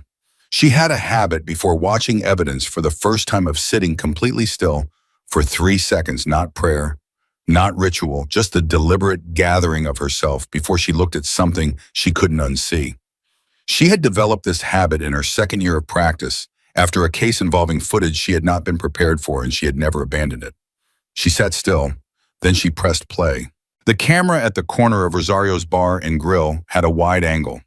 It covered the back entrance of the bar, the near half of the parking lot, and because whoever had installed it had tilted it slightly more toward the street than was strictly necessary for security purposes, a substantial portion of the area where the incident had occurred. The timestamp read 9:43 p.m. January 14th. The image quality was not cinematic. It was the flat, color-drained, slightly overexposed footage of a practical security camera that had been installed to deter petty theft and had incidentally recorded something else entirely. She watched it without moving. She watched the whole thing. It ran 4 minutes and 17 seconds from the first visible contact to the moment the 4 men walked out of frame, easy in their bodies, the way she'd heard described. When it was done, she sat still again for a moment. Then she picked up her phone and called Iron Jack. "It's comprehensive," she said. He didn't say anything for a second. "How comprehensive?" "It catches all 4 of them clearly. It catches the initial assault on you. It catches the girl entering frame, her intervention, what happened to her after." She paused. "It catches the watch. It catches the backpack being taken." Another pause. "Jack, it also catches something nobody mentioned to me." "What?" After they walked away, Tyler Bradford came back, just him alone, for approximately 20 seconds. He stood over her while she was on the ground. Sarah's voice was level, precisely, carefully level. He said something. I can't hear it. The audio is ambient street noise, not close enough, but I can see his face. The silence on the line was the kind that has mass. "He came back," Iron Jack said. 20 seconds. Then he left again. She set her phone down on the table and looked at the frozen last frame of the footage, the empty parking lot, the timestamp, the wheel of Jack's motorcycle still visible at the edge of frame. This changes the filing. What started as assault and robbery now includes a component of deliberate intimidation, possibly a hate crime enhancement, given her housing status depending on how Martinez wants to prosecute it. It also establishes premeditation in a way the original complaint implied but couldn't prove. "Send it to Martinez." "I'm sending it now." She was already typing. "Jack, the other 3 are going to have to make decisions very quickly about whether they want to be standing next to Tyler Bradford when this footage becomes part of the public record. Devin Marsh already called a separate attorney this morning. That attorney called my office 40 minutes ago, looking for a deal, asking what cooperation might look like." She said it carefully. "I told them I'd discuss it with my client. Emily's the one who decides." "When are you talking to her?" "I'm walking to her room now, Sarah." Emily was sitting up in the hospital bed with the anti-inflammatory in her system and Maya in the chair beside her when Sarah came in. She read Sarah's face, not the surface of it, which was professionally composed, but the thing underneath, the particular tightness that competent people carry when they are managing information that has weight. "Tell me," Emily said. Sarah told her. All of it. The footage, the timestamp, the 4 minutes and 17 seconds, Tyler Bradford coming back alone for 20 seconds and standing over her and saying something she couldn't hear. Emily listened without moving. She had known, in the way that people know things, their bodies register before their minds catch up, that something had happened in those gaps in her memory from that night. She hadn't let herself think about it directly. It was the edges of something she'd chosen not to look at, and now it had a shape, a timestamp at a camera angle. "He came back," she said. "Yes." "He wanted to make sure." She said it without question in her voice, just the flat recognition of someone assembling pieces. "He came back to look at me, to make sure I understood." "That's the most likely interpretation, yes." Emily sat with this for a moment. Maya in the chair had not moved. Maya's hands were very still in her lap, Emily was learning how Maya expressed things she was not going to express any other way. "Devin Marsh's lawyer contacted you," Emily said. Sarah looked at her carefully. "Yes, how did you—" You said the other three are going to have to make decisions. You said Devin already called his own lawyer, so his lawyer called you. She looked at Sarah steadily. What does he want? He wants to know if cooperation testimony, corroboration of your account, would be considered by the prosecutor in determining his level of exposure. Sarah paused. Emily, that decision is Seeker's. I can advise you on the legal implications, but who cooperates and who doesn't, what kind of deal we're willing to support, that's your call. Emily thought about Devin Marsh. She had a clear image of him from the parking lot, the watch of the voice that was smoother than the others, the practiced reasonableness, the thumbs-up emoji at 1 a.m. He had been there. He had not started it, but he had been there, and he had not stopped it, and his watch had caught the light while it was happening. What does cooperation actually get us? She said. If Devin Marsh testifies to what he saw, confirms the sequence of events, identifies the participants, corroborates the footage, it makes the prosecution of Tyler Bradford significantly simpler. It removes the possibility of a conflicting accounts defense. It also creates pressure on the other two, Ryan and Marcus, to decide which side of this they want to be on. Sarah was precise and direct. The footage is strong enough to prosecute without cooperation. With it, it's airtight. So we don't need him.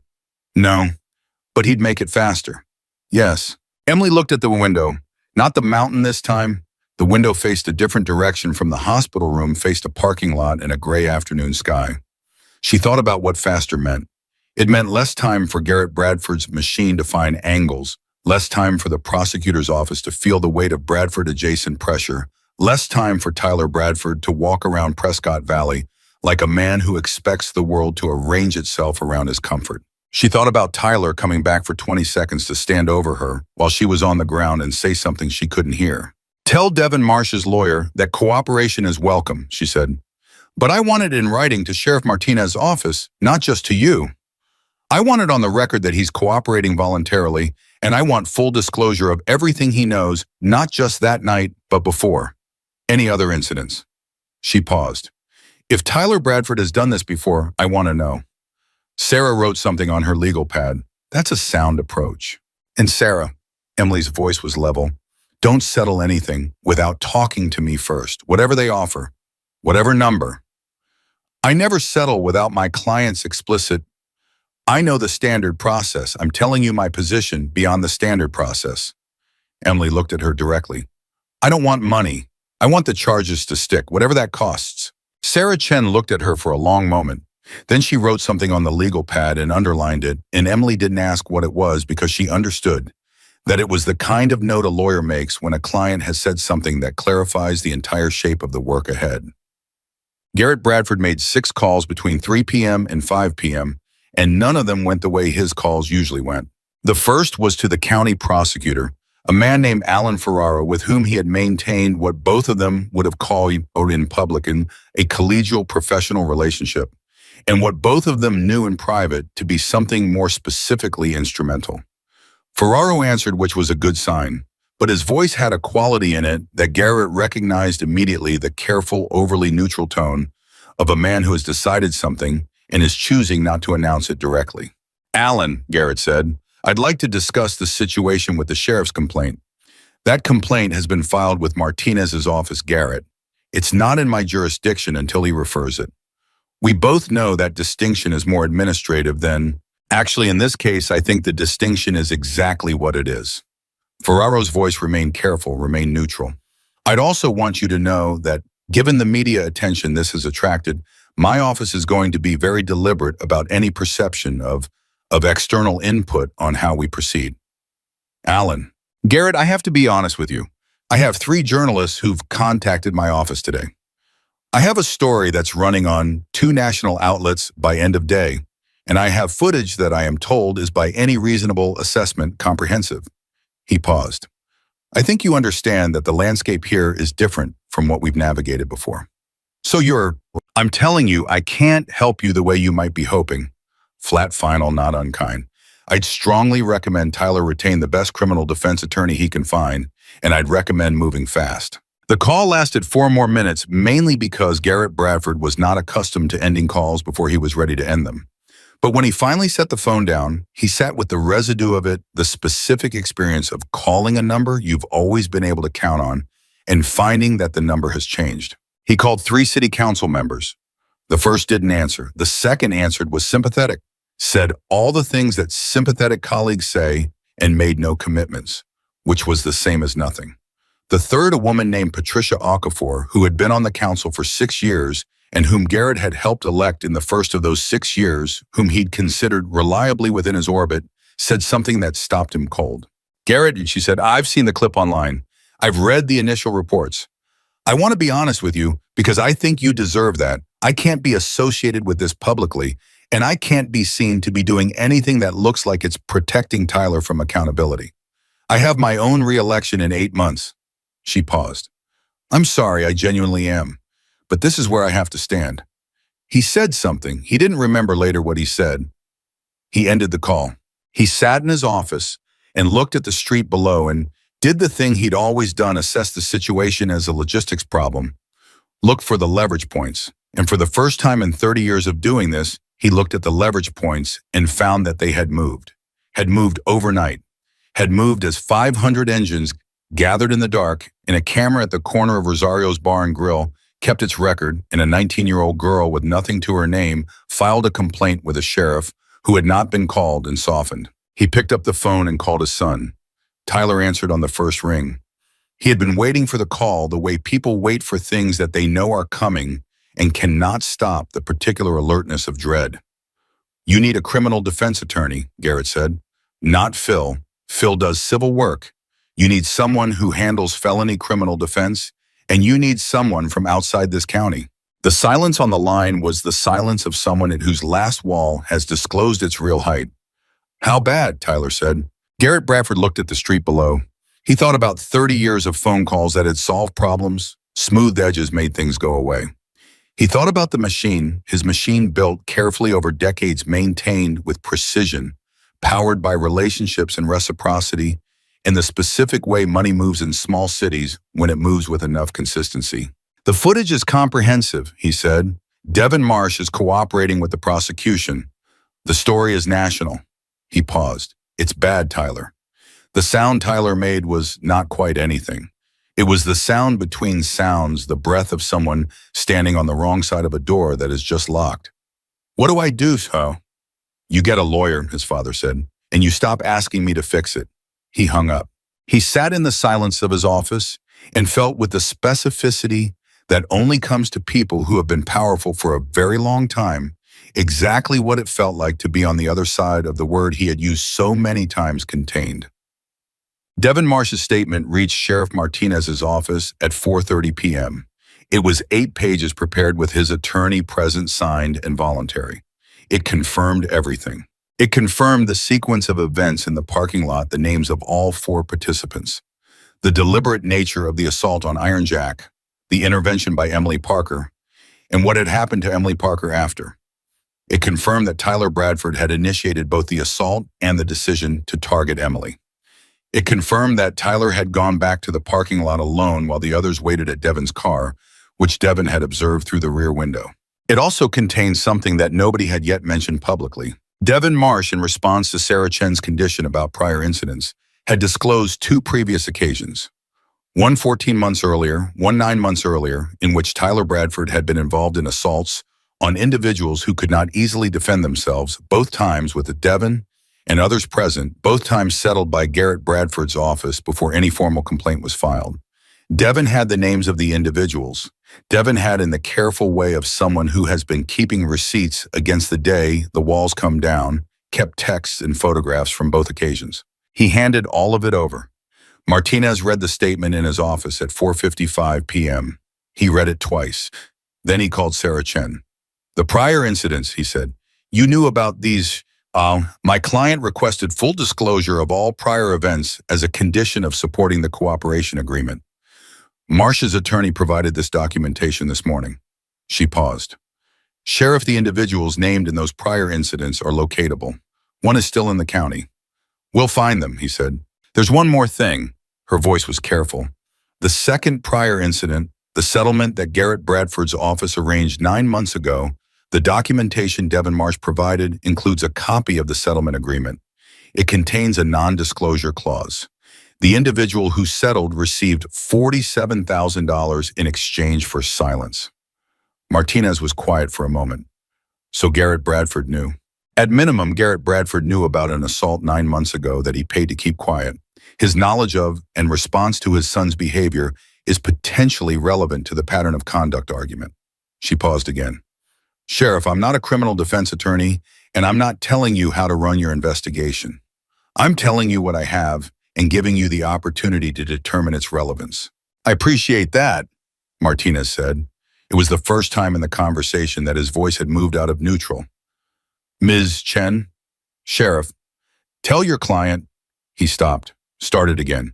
Tell your client this office is going to do its job the right way. The news reached Iron Jack at 5:15 from Ruiz in the staging area, where the majority of riders were still present. Many had ridden away through the afternoon, but several hundred remained, not because anyone had asked them to stay, but because leaving felt wrong, because something was still in process, and the people who'd driven through the night to be here were not the kind of people who left before a thing was finished. Ruiz read the key points from Martinez's office off his phone, Marsh's statement, the prior incidents, the second victim, the settlement agreement. Iron Jack stood and listened. His ribs were making themselves known in the way they'd been making themselves known all day, a constant, specific insistence that he was injured and should rest, and he had been not resting all day, and he was going to not rest for a while longer. Garrett Bradford knew, he said, for at least 9 months, maybe longer, and he paid to keep it quiet. He said it slowly, not with anger. The anger had been present before and had settled into something colder and more durable. So when he said, Tyler, what are you doing in front of me this morning? When he performed the concerned father, he already knew. He'd already paid once. That's how it reads. Iron Jack was quiet for a moment. How's the media? Kelly Park's story went up 40 minutes ago. It's comprehensive. She talked to 3 witnesses. She has the footage count. She has the basics of the prior incidents from sources she's not identifying. It's already running on 2 national sites. Ruiz paused. Jack, there are journalists here now, in the lot, wanting to talk to you. Not yet. Emily. Definitely not yet. She's not ready for cameras. He paused. Sarah Chen can speak. Nobody else. In the Bradford response, they're going to put something out. Let them. Iron Jack looked at the hospital building, at the lit windows of the floor where Emily was at the mountain beyond which was going gray and gold in the late afternoon light. Let them say whatever they say. The footage says what it says. The camera doesn't care who his father is. At 6 p.m., Garrett Bradford's communications team released a statement through the Bradford family attorney. It used the language that such statements always use: deeply concerned, committed to accountability, confident in the legal process, asking for privacy for the family during a difficult time. It said nothing specific. It committed to nothing. It was the statement of a machine still running on its original programming, even after the engine had ceased. Kelly Park read it on her phone and wrote 1 sentence in response in her story update. The Bradford family did not address the security footage, the cooperation of a co-defendant, or the prior incidents disclosed to the sheriff's office today. That sentence in the context of the story did more work than anything the Bradford statement had said. The statement was shared online primarily by people who were pointing out what it didn't say. This was not the outcome Garrett Bradford's communications team had intended. Tyler Bradford's criminal defense attorney, a man named Howard Blass from Phoenix, who specialized in high-profile criminal defense and charged accordingly, arrived in Prescott Valley at 6:30 p.m. and went directly to Garrett Bradford's office, which was where Tyler also was because Tyler had nowhere else to go, and his father's office was the only geography that had ever felt safe, and it did not feel safe anymore, but it was still the only option. Blass was 60 direct and had the particular manner of someone who had heard everything and been surprised by nothing and still chose every morning to do the work as well as it could be done. He sat across from Tyler and Garrett and looked at the documentation Greaves had assembled and asked precise questions for 40 minutes without judgment, which was a professional skill and which Tyler experienced as the most unsettling thing that had happened to him in 2 days of unsettling things.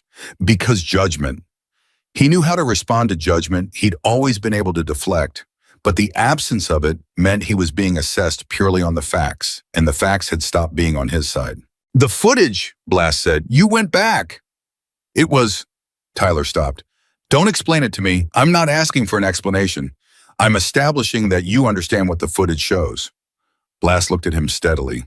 "You understand?" "Yes." "And Devin Marsh has disclosed the prior incidents."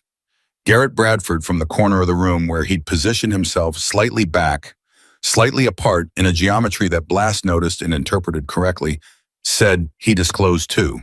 "Two that he was present for," Blass said. "I'd like to know if there are others." The silence that followed was informative. "Tyler," Blass's voice was unchanged, "I need the complete picture, not the picture we'd like to present. The complete one. Everything I don't know coming from the other side later is 10 times worse than everything I know coming from you now." Tyler looked at his father. His father was looking at the wall. "There was one other," Tyler said, "in Chino Valley, about 2 years ago." Garrett Bradford closed his eyes, just for a second. "Was it settled?" Blass said. "I don't dad handled it." Blass looked at Garrett. Garrett looked at the wall. And in the quality of that moment, a father unable to look at his son. A son who has just discovered that his father's inability to look at him is not protection, but something else entirely. Something shifted in the room that was not legal strategy and not public relations and not any of the machinery either of them had spent their lives trusting. "Mr. Bradford," Blass said to Garrett, "given what Devin Marsh has already disclosed and given what Tyler has just told me, I need to advise you separately from your son. There may be aspects of your knowledge and response to Tyler's conduct over the years that create your own legal exposure." He said it entirely without drama. "I can represent Tyler or I can advise you on your situation, but I cannot do both. Do you understand?" Garrett Bradford stood very still for a long moment. "I understand," he said. He picked up his jacket from the back of his chair. He picked up his phone. He looked at Tyler, his son, 23 years old, in a chair in an office in a building that bore his name. And Tyler looked back at him, and the thing in Tyler's eyes was not anger and not accusation and not even fear anymore. It was the specific look of someone who has just understood in a way that cannot be ununderstood that the protection they believed in was not protection at all, that it was a deal, that deals have terms, that when the terms become too costly, the deal changes. Garrett Bradford left the room. He walked down the stairs of the building and out the door and into the evening street. And he stood on the sidewalk for a moment and looked at the town, his town, the one he'd shaped and managed and invested in and controlled the buildings and the roads and the relationships and the invisible infrastructure of obligation and reciprocity and carefully maintained imbalance. He stood in it and felt it around him, and for the first time in 30 years, he could not feel the edges of his own power in it, could not feel where his reach ended and where the thing reached back. He got in his car and drove home and did not call anyone. Emily didn't see the Bradford statement when it came out. Maya was screening her phone reasonably because the internet had found Emily Parker by 5 p.m. Not her location, not her room number, but her name, her story, the outline of her history with the foster system and the streets of Prescott Valley assembled by the combination of Kelly Park's reporting and the particular distributed research of people who become invested in a story and want to know all of it. What Maya read to her instead at 6:45 was a message from Sheriff Martinez's office relayed through Sarah Chen confirming that arrest warrants for Tyler Bradford and Ryan Calloway would be processed by the following morning and that the investigation into the prior incidents was being opened formally. Emily heard it and said nothing for a moment. Then she said, "What about Marcus?" Sarah on the phone with Maya on speaker, "Marcus Webb, he's retained an attorney as of an hour ago. Given Devin Marsh's cooperation, Marcus is likely to be offered a similar arrangement." "What about Devin himself? What's his exposure?" "Lesser charges he was present, but there's no evidence he was physically involved in your assault. His cooperation combined with the prior incident disclosure puts him in a significantly reduced position." Sarah paused. "Emily, I want to be clear, the charges against Tyler Bradford are the priority. Devin Marsh's cooperation made those charges airtight. Whether he faces additional consequences is a separate proceeding." And Garrett Bradford. The pause before Sarah answered was a fraction of a second longer than the others. "The prior incident settlement and Garrett Bradford's role in arranging it is under review. That's a separate investigation. Martinez is running it. It's not part of your complaint directly, but it's downstream of it. Another pause. Emily, what you filed this morning and the complaint you decided to file, it's pulling threads that go further back than January 14th. Threads nobody has been allowed to pull before. Emily sat in the hospital bed and held this. Outside the window, the sky had gone fully dark. She could hear faintly the sound of engines. Some riders had stayed, were still there in the parking lot and on the street. Not 500 anymore, but there. Jack told me it was a debt, she said.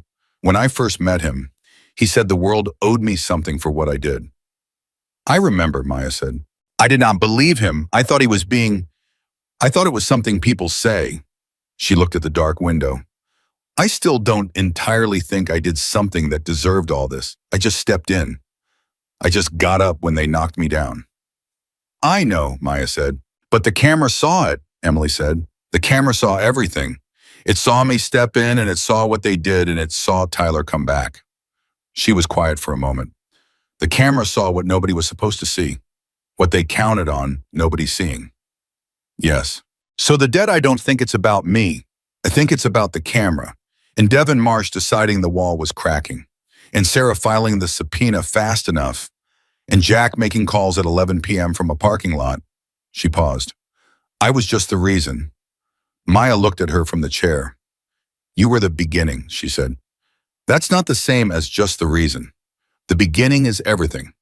Without the beginning, none of the rest of it exists. At 7:30 p.m., Iron Jack came back to the hospital.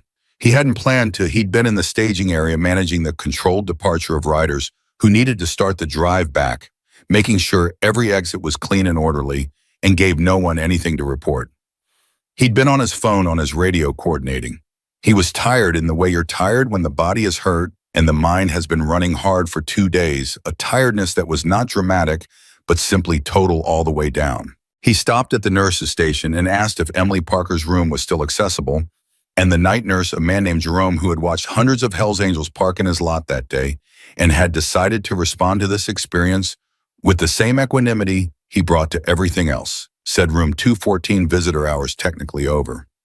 But given the circumstances, he wasn't watching the clock. Iron Jack walked to room 214 and knocked twice, 2 quick raps. Maya's pattern and heard Emily say, "Come in." She was sitting up. Maya was gone, had stepped out to make calls. Emily was alone in the lit room with the dark window and the sound of the last few engines settling outside. You look terrible, she said. You look considerably better than 48 hours ago, he said. He sat in the chair without asking. How are the ribs? Cracked. I know, mine too. He sat back. You heard about the warrants. Sarah called. And Devin Marsh's disclosure. Yes, she looked at him. There were 3 prior incidents, Jack, not 2. Tyler told his lawyer tonight a 3rd one in Chino Valley 2 years ago. His father handled it. Iron Jack's expression did not change exactly, but something in his eyes went very still. How do you know that? Ruiz texted Maya. Maya told me. She watched his face. You're angry. He stopped. He looked at the dark window. I'm thinking about the people from those 3 incidents. Who they were. Whether they're okay. He paused. Tyler Bradford has been doing this for at least 2 years. His father has been paying to make it go away for at least 2 years. And in all that time, nobody stepped in, Emily said. The words sat between them. Nobody stepped in, he said, until a 19-year-old girl with nothing to her name walked toward it in the dark. Emily looked at her hands. The left one still had a faint bruise across the knuckles from the asphalt. If I had known there were 3 other times, you didn't know, you couldn't have known. I know, but those people, she stopped. They were alone too. They had a settlement and an NDA and $47,000 and no one in their corner. And they stayed alone. They're not alone now, Iron Jack said. Martinez is finding them. Their stories are part of the investigation. What happened to them is on the record now. He looked at her. That's downstream of you, Emily, all of it. She shook her head slightly, not in disagreement, but in the way people shake their heads at things too large to hold all at once. I keep thinking about what happens after. To me, concretely what happens after. The room on Iron Springs Road, I don't know how long that's, as long as you need it. I don't know what I need. I've been the longest I've planned ahead for the past 14 months is 3 days. Where to be, what to eat, how to get through the week. I don't know how to think past that. You don't have to think past it tonight, he said. Tonight you did what you needed to do, Mao. The rest is it exists. It'll be there. But tonight it's enough to be here. She looked at him. This man, 61 years old, 2 cracked ribs, 37 years of a life she knew nothing about, who had handed her a card with a phone number and called it a debt and meant it. This man who had made 4 phone calls from an ER parking lot and set in motion something that 494 people had driven through the night to be part of.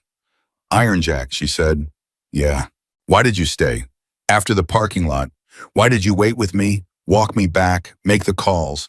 Why not just you'd already thanked me? You could have. No, he said, I couldn't have. Why? He was quiet for a moment. He had the look of someone deciding whether to say a true thing or an easier thing. He chose the true thing. Because I've been in this world my whole life. I've seen what happens to people who step in when it costs them.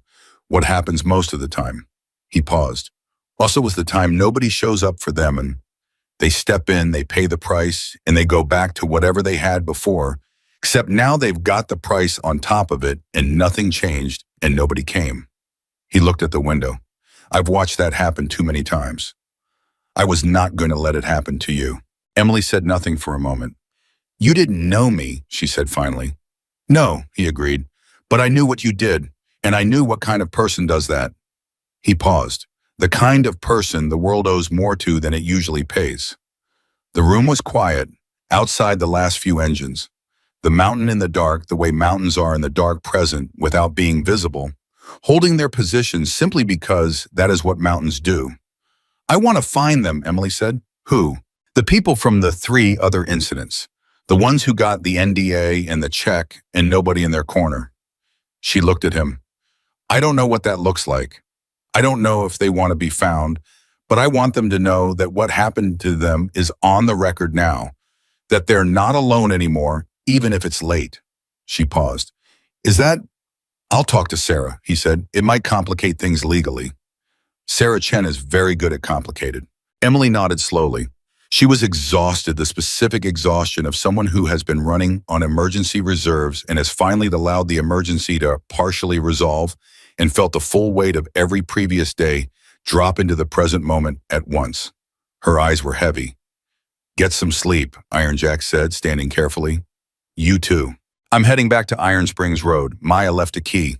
He paused at the door. Emily, tomorrow is going to be a lot. Media, probably. Martinez's people. More legal process. It's going to be a lot. I know. But today, he stopped. He looked for the right word and found it. Today was right. What you decided today. How you handled it. He nodded once the way he nodded. You did good. She looked at him from the bed. This girl who had counted her money and her days and her resources for 14 months and held onto numbers. Because numbers were the only solid things, who had walked toward a thing in the dark. Because she couldn't not, who had gotten up when they knocked her down, because the alternative was staying down, and staying down was dying by degrees, and she was not finished yet. Okay, she said. He left. She lay back carefully facing the dark window and let her eyes close, and outside the parking lot, the last few engines went quiet one by one, and the night settled over Prescott Valley, the way the night always settled over the buildings and the roads and the invisible infrastructure of a town, in the process of being different than it had been, the change not complete, but irreversible. The way certain changes are, once they've been named out loud and put on the record and seen by a camera and carried through the night by 500 engines and filed in a complaint that was already pulling threads that went further back than anyone had known. The Bradfords were not finished. The machine had not simply stopped. It was slowing, it was seizing, but the men inside it were still making decisions, and the decisions still had consequences. And the morning would bring more of everything. Tyler Bradford would have his day in front of a judge. Garrett Bradford would have a conversation with an investigator that he would not be able to manage the way he'd managed every other conversation. The other 3 incidents would surface in the news by the end of the week, and the people who had taken the settlements would have to decide, each of them, what they wanted to do with the fact that the wall had cracked. All of that was true. All of that was coming. But tonight the girl slept. And the riders who had come from Phoenix and Tucson and Flagstaff and Kingman and Wickenburg drove home through the desert dark with a specific feeling of people who have done the right thing and know it, which is a feeling that does not announce itself loudly, but sits in the sternum the whole way home and does not leave. She woke before the alarm. The ceiling was the same ceiling. The mountain was still there through the window. She'd moved back to Iron Springs Road the morning after the hospital, Sarah Chen having confirmed there was no medical reason to stay, and the room above the garage had received her back the way rooms do when they've been slept in once and already have the shape of you in them. She lay still for a moment doing the assessment. Ribs present, insistent 3 weeks into healing and behaving the way 3-week-old cracks behave. Not the sharp immediate pain of the first days, but a deep territorial ache that showed up whenever she forgot to be careful. Knee better, face completely healed, the split lip gone smooth, the bruise long faded. She was counting again. Not money this time. Days. 22 days since the parking lot. 22 days since she had walked towards something in the dark because she couldn't not, and the world had unexpectedly, loudly in ways she was still processing, walked back. Her phone showed 6:15 a.m. and 4 unread messages, one from Sarah Chen, one from Maya, one from a number she didn't recognize with an Arizona area code, and one from Iron Jack that said only today. You ready? She typed back yes. She wasn't entirely sure that was true, but she'd been saying yes to things for 3 weeks that she wasn't entirely sure about, and each time the ground had held under the word, so she kept saying it. Chidrum. The arraignment of Tyler Bradford was scheduled for 9 a.m. at the Yavapai County Courthouse, and by 7:30 the block around the building had the particular energy of a place where something significant is about to happen. Journalists with equipment, people who had no official reason to be there, but who had followed the story and felt entitled to witness its next chapter, and along the perimeter orderly and visible and entirely silent 30 riders in Hells Angels vests who had driven in the night before and parked and were simply there. Not 500 this time, 30. But 30, Iron Jack had said to Ruiz, was the right number for a courthouse. 500 was the right number to show a town what caring looked like. 30 was the right number to show a courtroom what memory looked like. Emily was not at the courthouse. This had been Sarah Chen's advice and Emily's decision, which converged for different reasons. Sarah's was strategic. The defendant's team would attempt to characterize Emily's presence as harassment or intimidation, and giving them that tool was not useful, and Emily's was personal. She had spent 22 days being careful and strategic and processing everything in the way that people process things when the processing has legal and public stakes, and she was tired of being careful in ways that were about managing other people's narratives. She chose not to be at the courthouse because she did not want to sit in a room with Tyler Bradford and perform the particular stoicism that the situation would require of her, and that was enough reason. She was at Dr. Vasquez's clinic instead for her 3-week follow-up, where Vasquez pressed along the ribs and checked the knee and told her the crack was healing cleanly and asked again if she was eating regularly. Emily told her yes, which was true. Now, which was still occasionally startling to her, the regularness of it, the fact of 3 meals, the fact of a kitchen with a 2-burner stove and food in it that Maya or Jack or one of the others had made sure was there. You look different than 3 weeks ago, Vasquez said. I'm less beaten up. That's part of it.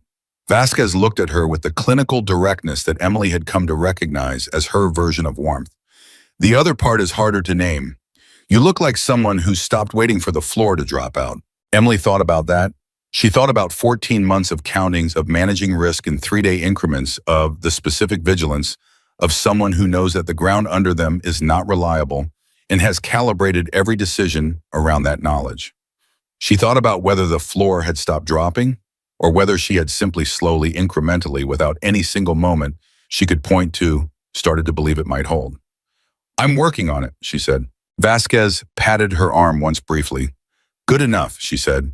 Damn. At 9:03 a.m., Tyler Bradford walked into courtroom 7 of the Yavapai County Courthouse, and the sound of the room changed in the way that rooms change when a person who has been the subject of 22 days of public conversation finally becomes physically present. He was wearing a jacket and tie, which Howard Blass had specified. He was 23 years old, and it looked every year of it, which was a thing that had not been true 3 weeks ago, when he had moved through the world with the ease of someone who has never needed to look their age, because age implies accountability. And accountability had always been someone else's problem. Blass was beside him. Garrett Bradford was not in the room. This was notable. Garrett Bradford had appeared at every public function related to Tyler for Tyler's entire life: games, graduations, hearings. When there had been hearings, the subtle theater of parental support that communicated in small towns, the weight of the family standing behind the individual. His absence today was not because he was uninformed or unable to attend. It was because Howard Blass had advised him firmly and with the authority of someone who had been doing this for 30 years, that Garrett Bradford, sitting behind his son in a courtroom, while his own conduct was under active investigation by the same sheriff's office, was not a useful image. Garrett Bradford was at home. Tyler looked at the room without his father in it and felt the particular vertigo of someone who has always had a fixed point and whose fixed point has moved. The arraignment itself was procedurally brief. Judge Patricia Holloway, 68, who had been on the Yavapai County bench for 19 years, and who had seen the Bradford name appear in various contexts over those 19 years in the specific background way that powerful names appear in small jurisdictions, read the charges. Tyler Bradford aggravated assault robbery, and the charge that had been added following Devin Marsh's testimony and the disclosure of the prior incidents. One count of felony assault relating to an incident 9 months prior, in which the second victim, a 24-year-old man named Carlos Reyes, who was no relation to Maya, had taken a settlement in an NDA and $47,000 and gone quiet. Carlos Reyes had decided 3 days earlier to not go quiet anymore. He had called Sarah Chen's office himself, having seen the story, having read about Emily Parker in Kelly Park's reporting, having sat with the NDA for 9 months with the specific weight of someone who signed something to make a terrible thing go away and had watched it not go away inside himself. Sarah Chen had connected him with a separate attorney because her representation of Emily created a conflict. That attorney had filed a motion to void the NDA on grounds of public interest in victim rights within 48 hours. Garrett Bradford's machine had generated the NDA. Garrett Bradford's machine had processed the $47,000. The motion to void it named Garrett Bradford as a party. When the charges against Tyler were read aloud and Carlos Reyes' name appeared in them, the room made a sound, not loud, more like a collective breath, the sound of people hearing something they'd suspected and are now hearing confirmed. Tyler Bradford entered a plea of not guilty and was released on a bail amount that Howard Blass had negotiated down from what Martinez's office had requested, and that was still given the Bradfords' resources, not a genuine constraint. He walked out of the courtroom and down the courthouse steps and past the 30 riders in the parking lot, and none of them moved. None of them said anything. None of them looked away. He got into Blass's car and did not look back. Sarah Chen called Emily at 9:47 with the arraignment summary. Emily listened and asked 3 questions: the bail amount, the trial date, and whether Carlos Reyes was all right. "He's holding up," Sarah said. "He was nervous about coming forward. He's been nervous about everything for 9 months. But he called me himself, Emily. He saw your name, and he called." She paused. That matters.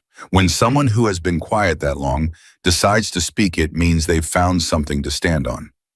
You were part of what he found. Emily sat with this. She was back at Iron Springs Road by then, sitting at the small kitchen table with coffee that she had made herself on the 2-burner stove, which was still a novelty.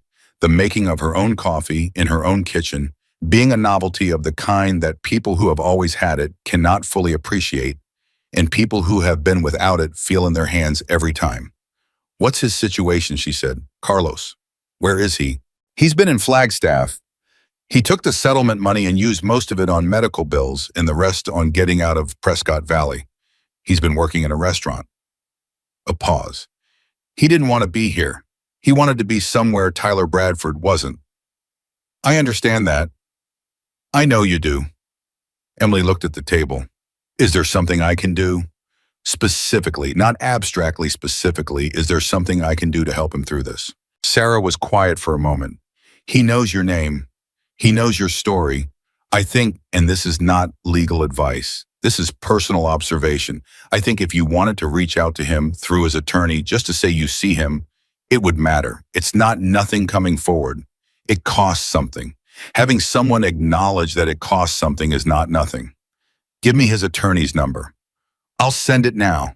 Emily wrote the number on the back of a receipt from the grocery store Maya had taken her to on day 4, which was the first time she had been inside a grocery store in 14 months, and had stood in the cereal aisle for 2 full minutes, overwhelmed by the specific abundance of it, before Maya had gently steered her toward the cart and said, "Just pick the one you want." And Emily had stood there, understanding that she was allowed to want something and being surprised by how long it took to remember how. She looked at the number on the receipt. She put it in her phone under C. Raya's attorney. She would call this afternoon. The story of what Garrett Bradford knew and when he knew it broke publicly at noon on a Thursday, 12 days after the arraignment, through a piece in the Arizona Republic that Kelly Park had contributed to alongside their own investigative team. It was 42 paragraphs. It named the 3 prior incidents, all 3 victims, now on record. Carlos Reyes openly, the other 2 with their identities protected at their request. It named the settlement amounts $47,000, $23,000, $31,000. It documented the timeline, Tyler Bradford's pattern stretching back 2.5 years, each incident followed within days by a call to Garrett Bradford's office, followed by Phil Greaves making contact with the victim's family, followed by the check in the paperwork. It also included a detail that came from Devin Marsh's expanded cooperation statement, which he had provided to Martinez in exchange for reduced charges. Garrett Bradford had attended in person, the meeting at which the first settlement was negotiated. He had sat in a room with a frightened young person and the frightened young person's mother and Phil Greaves, and had personally offered the check and the paperwork and the reassurance that this was the best way forward for everyone. And then he had gone home, and Tyler Bradford had gone home, and 11 months later, Tyler Bradford had done it again. The piece did not call Garrett Bradford a criminal. It presented the documented sequence and let it sit. The sequence sat badly. By 2 p.m., the piece had been shared nationally. By 4 p.m., Garrett Bradford's office had released a statement through Greaves, not blast Greaves, which signaled clearly that Garrett was now managing his own exposure separately from his son's.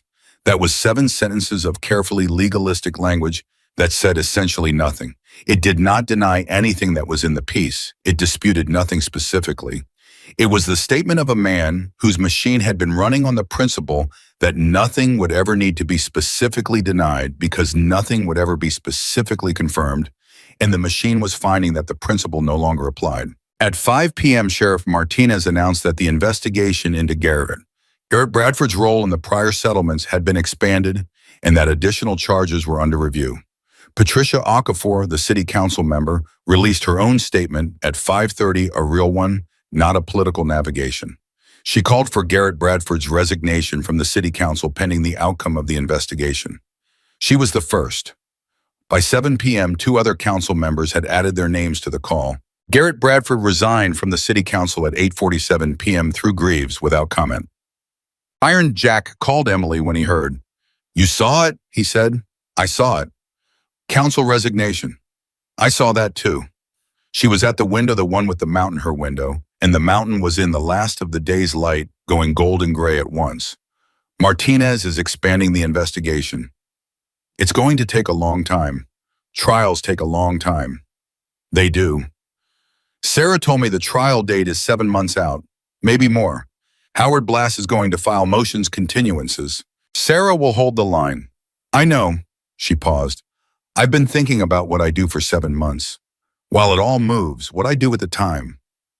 What have you been thinking? She had been thinking specifically about a conversation she'd had 4 days earlier with a woman named Donna Ferretti, who ran a nonprofit called Bridge House out of a building on Miller Valley Road, transitional housing and support services for young people aging out of foster care. Donna had called Emily directly, having gotten her number from Sarah Chen with Emily's permission, and had talked to her for 40 minutes about the organization and its work and its needs, and toward the end of the call about whether Emily had any interest in being involved. Not as a client, Donna had said carefully, as someone who has been through the system and come out the other side, who could speak to the experience in ways that policy people and grant writers and well-meaning advocates couldn't, as someone whose presence might mean something to the people Bridge House served. Emily had said she'd think about it. She'd been thinking about it for 4 days. There's an organization, she told Iron Jack, Transitional Housing Foster Care Kids Aging Out. The woman who runs it called me. She wants me to be, I don't know exactly what the title would be, peer advocate maybe, someone who talks to the young people coming through, someone who's been where they've been. Iron Jack was quiet for a moment. That's good work. I never finished high school. Jack, I have a GED. I got it 16 in a group home because the program required it. I don't have any training in social work or counseling or you have 14 months of living it, he said, and 3 weeks of watching what happens when you refuse to stay invisible. He paused. Emily, the people that organization serves, what do you think they need more, a master's degree or someone who got up when they were knocked down? She looked at the mountain. I need to figure out income. I can't.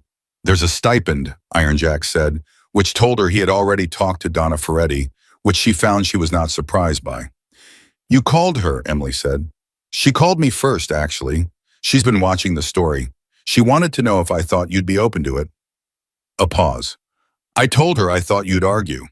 I'm not arguing. You were about to. I was processing. That's what arguing looks like when you're being polite about it. She heard something in his voice that was close to warmth, the specific warmth of someone who has been watching a person find their footing and is choosing not to make a scene of it.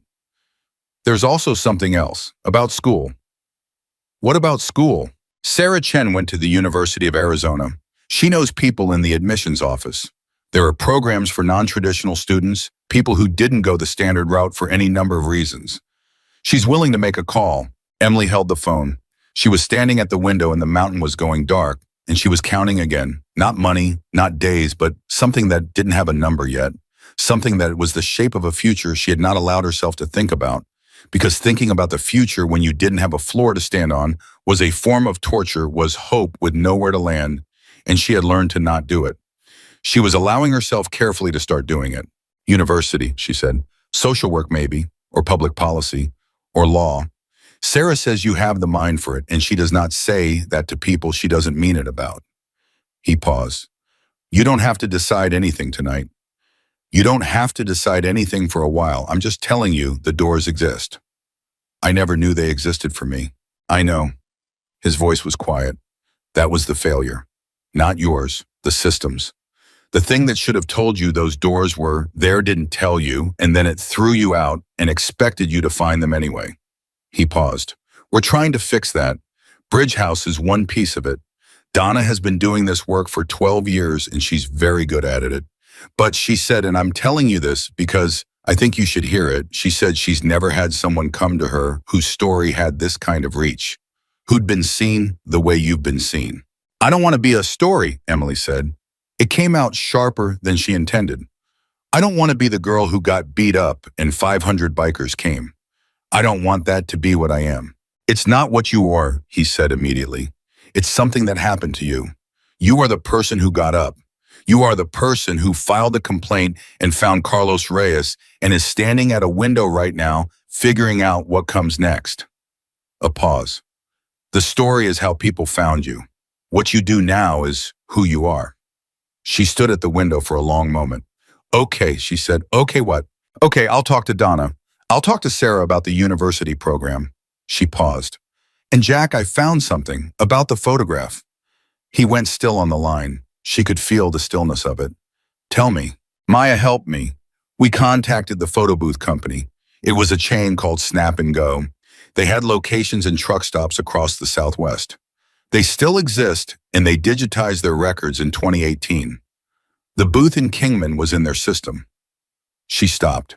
Her throat was doing the thing it had wanted to do on day one in the alley when Maya said someone should have been showing up for you for a while now. The thing she'd stopped, then the thing she'd been stopping ever since, because stopping it was the discipline that had kept her functional for 14 months. She let it happen. Just briefly. Just enough. The photograph is in their database. It's retrievable. For $30, they'll send a digital copy. Emily, I have $30, she said. I have way more than $30 now. Maya advanced me 2 weeks of the Bridge House stipend, which she wasn't supposed to do but did. So I have money and I'm going to pay $30 and get the photograph back. She stopped. I just wanted to tell you. I don't know why. I know why, he said gently. Because it matters. Because it's the thing you lost that wasn't about the ribs or the money. And getting it back matters. She wiped her face with the back of her hand once quickly and looked at the mountain. I'm going to order it tonight, she said. Good. Sorry, good. The photograph arrived as a digital file 11 days later. Emily printed it at the library on Glassford Hill Road, the same library she had spent 2 hours in every day for 14 months, the same library where the security guard's shift change had determined how long she could stay warm. She used the library's color printer, which cost 25 cents per page, and she held the printed photograph in her hands for a moment in the library lobby and looked at her mother's face. The real laugh, the one below the performance. She had been trying to locate Diane Parker for 3 weeks through channels that Sarah Chen had helped her access, not law enforcement channels, not anything that would cause harm or force an interaction. Diane wasn't ready for just the network of treatment facilities and social services and peer outreach workers that existed in the gaps between the official systems, the people who knew where people were when the official systems didn't. She didn't have a location yet. She might not get one. Her mother might not be findable in the way that finding required cooperation from the person being found. But she had the photograph. She had the real laugh preserved. She had evidence that the laugh had existed, that she and her mother had stood in a photo booth in Kingman when Emily was 7 and made ridiculous faces at a camera, and both of them had been genuinely, briefly, completely happy. She put the photograph in her new backpack, not the one she'd started with, that was gone, but the one Maya had taken her to buy on day 5 at a store on Robert Road, a proper backpack in dark green that had multiple compartments and a chest strap, and was by any functional measure a better backpack than the one she'd lost. She put the photograph in the front pocket. She walked out of the library into the February sun. The preliminary hearing for Tyler Bradford happened 6 weeks after the arraignment. Howard Blass had filed 3 motions in the interim, all of which Judge Holloway had considered and denied with the particular efficiency of a judge who had read the evidence file and formed a view. The footage from Rosario's was admitted. Devin Marsh's statement was admitted. The medical documentation from Vasquez in the hospital was admitted. The prior incidents having survived a challenge from Blass on relevance grounds were admitted as pattern evidence. Carlos Reyes was in the courtroom for the preliminary hearing. He had driven down from Flagstaff 4 hours early morning, arriving before the hearing started, and sitting in the back row with his attorney and his hands folded in his lap. He was 25 now, quiet-faced with the specific stillness of someone who has spent a long time managing a thing internally and is only recently learning to let it exist in the external world. Emily was there too this time. She and Carlos had spoken twice on the phone by then, and once in person. He'd come to Prescott Valley the week before to meet Sarah Chen and had stopped at Iron Springs Road for an hour at Emily's invitation. And they had sat in her kitchen and drunk coffee and been mostly quiet together in the way that people who have survived the same category of thing are sometimes quiet, not because there's nothing to say, but because the presence of someone who understands is itself the thing that needed saying. He had looked at the room above the garage, the bed and the bathroom and the small kitchen and the window with the mountain, and he had not said anything about it for a moment. Then he'd said, "It's good," in a voice that Emily understood to mean that he was glad she had it and that it cost him something to be glad because he had not had it and that he was choosing to be glad anyway. She had said, "I'm going to talk to Donna about you at Bridge House. There's a need for people who've been through it. She can use you if you want to be used." He had looked at her. "I'm not a story either," he said, directly watching her face. "I know," she said. "Neither of us is. We're just people who got through it and stayed honest about how." She paused. "That's the rarest thing a Bridge House has," according to Donna. He'd left without committing to anything. 3 days later, he'd called Donna Ferretti. In the courtroom at the preliminary hearing, Emily sat 3 rows back on the left side and watched Tyler Bradford's back. He was in the jacket and tie again. He was 23 years old, and he had Howard Blass beside him and his father's money in the bail account, but not his father in the room, and he had the footage on record, and Devin Marsh's statement on record, and Carlos Reyes in the back row, and he was starting to understand in the specific way that understanding arrives for people who have spent their lives inside force fields, that the field was gone. The hearing lasted 2 hours and 15 minutes. Judge Holloway set the trial date for 8 months out. One continuance had already been granted and denied Blass's motion for a change of venue, which he'd argued on grounds of local prejudice, and which she denied on grounds that the prejudice, if it existed, was toward the defendant's conduct rather than toward the defendant personally. A distinction she articulated with the precision of someone who has been on the bench long enough to not need to perform confidence.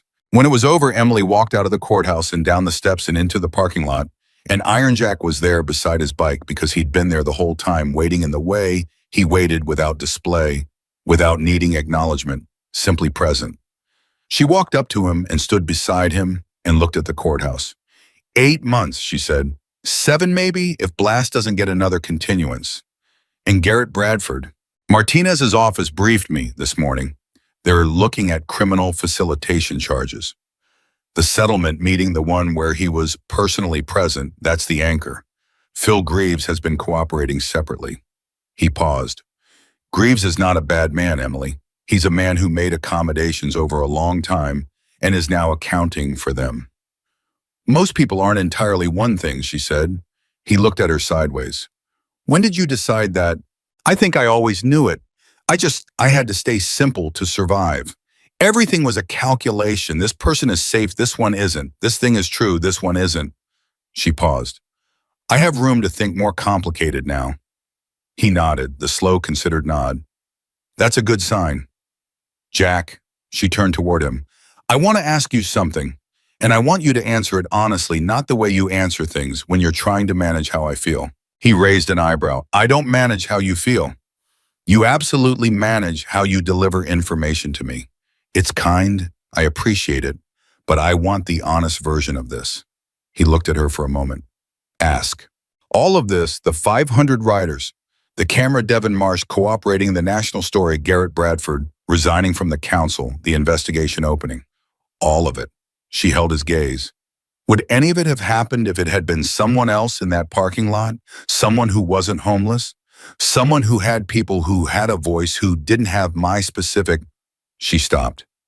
Would the system have moved this fast for someone else? The question sat between them in the February morning. Iron Jack looked at the courthouse for a long moment. Then he looked at her.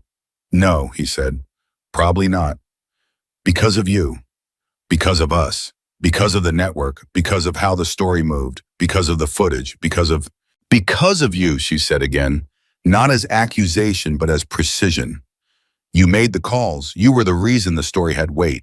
If it had been a different man in that parking lot, if it had been a man without 37 years in a network and the specific credibility you carry, the same girl gets up and steps in and gets beaten. And the Bradford's machine handles it like it handled the other 3. He didn't deny it. Yes, he said quietly. So what does that say? It says the system is broken, he said.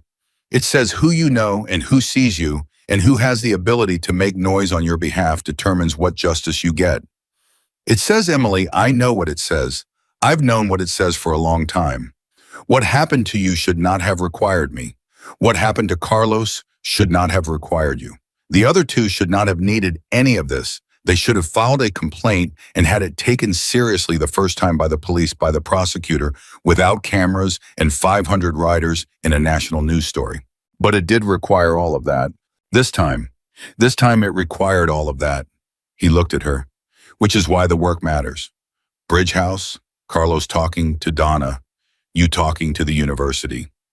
Not because it fixes everything, it doesn't, not quickly, but because every person who gets through and has room to turn around and reach back changes the math slightly. Slightly. He paused. It took 500 riders to get this town to see what was right in front of it. Maybe someday it takes 200.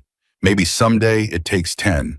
Maybe someday it takes one person filing a complaint and the system responding the way it's supposed to. He was quiet for a moment. I won't see that day. You might. Emily stood in the February morning outside the courthouse with the photograph in her backpack and the cracked rib 3 weeks from fully healed and the trial 8 months out and everything else, the university application that Sarah had helped her begin, the first day at Bridge House scheduled for the following Monday, Carlos Reyes driving back to Flagstaff right now with Donna Ferretti's business card in his pocket, 30 riders who had come in last night and were leaving this afternoon, a room above a garage with a window and a mountain. And she let all of it be present at once, which she was learning to do, was practicing, was not good at yet, but was practicing. I ordered the photograph, she said. My mother, the one from the photo booth in Kingman. I know, you told me. I printed it. I have it in my backpack. She touched the strap. I think I'm going to try to find her again. My mother.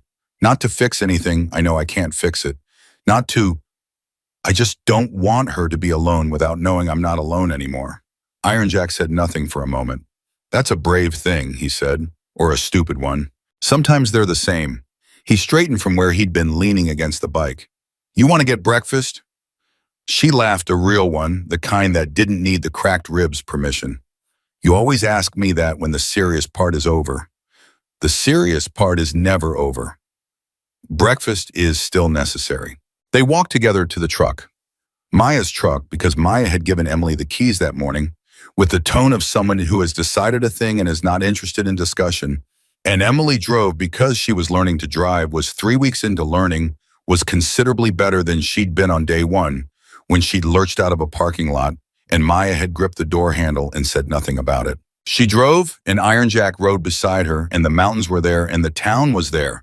The town that was different than it had been in ways that were real and incomplete and ongoing. The way real change is always real and incomplete and ongoing, the way justice works when it actually works.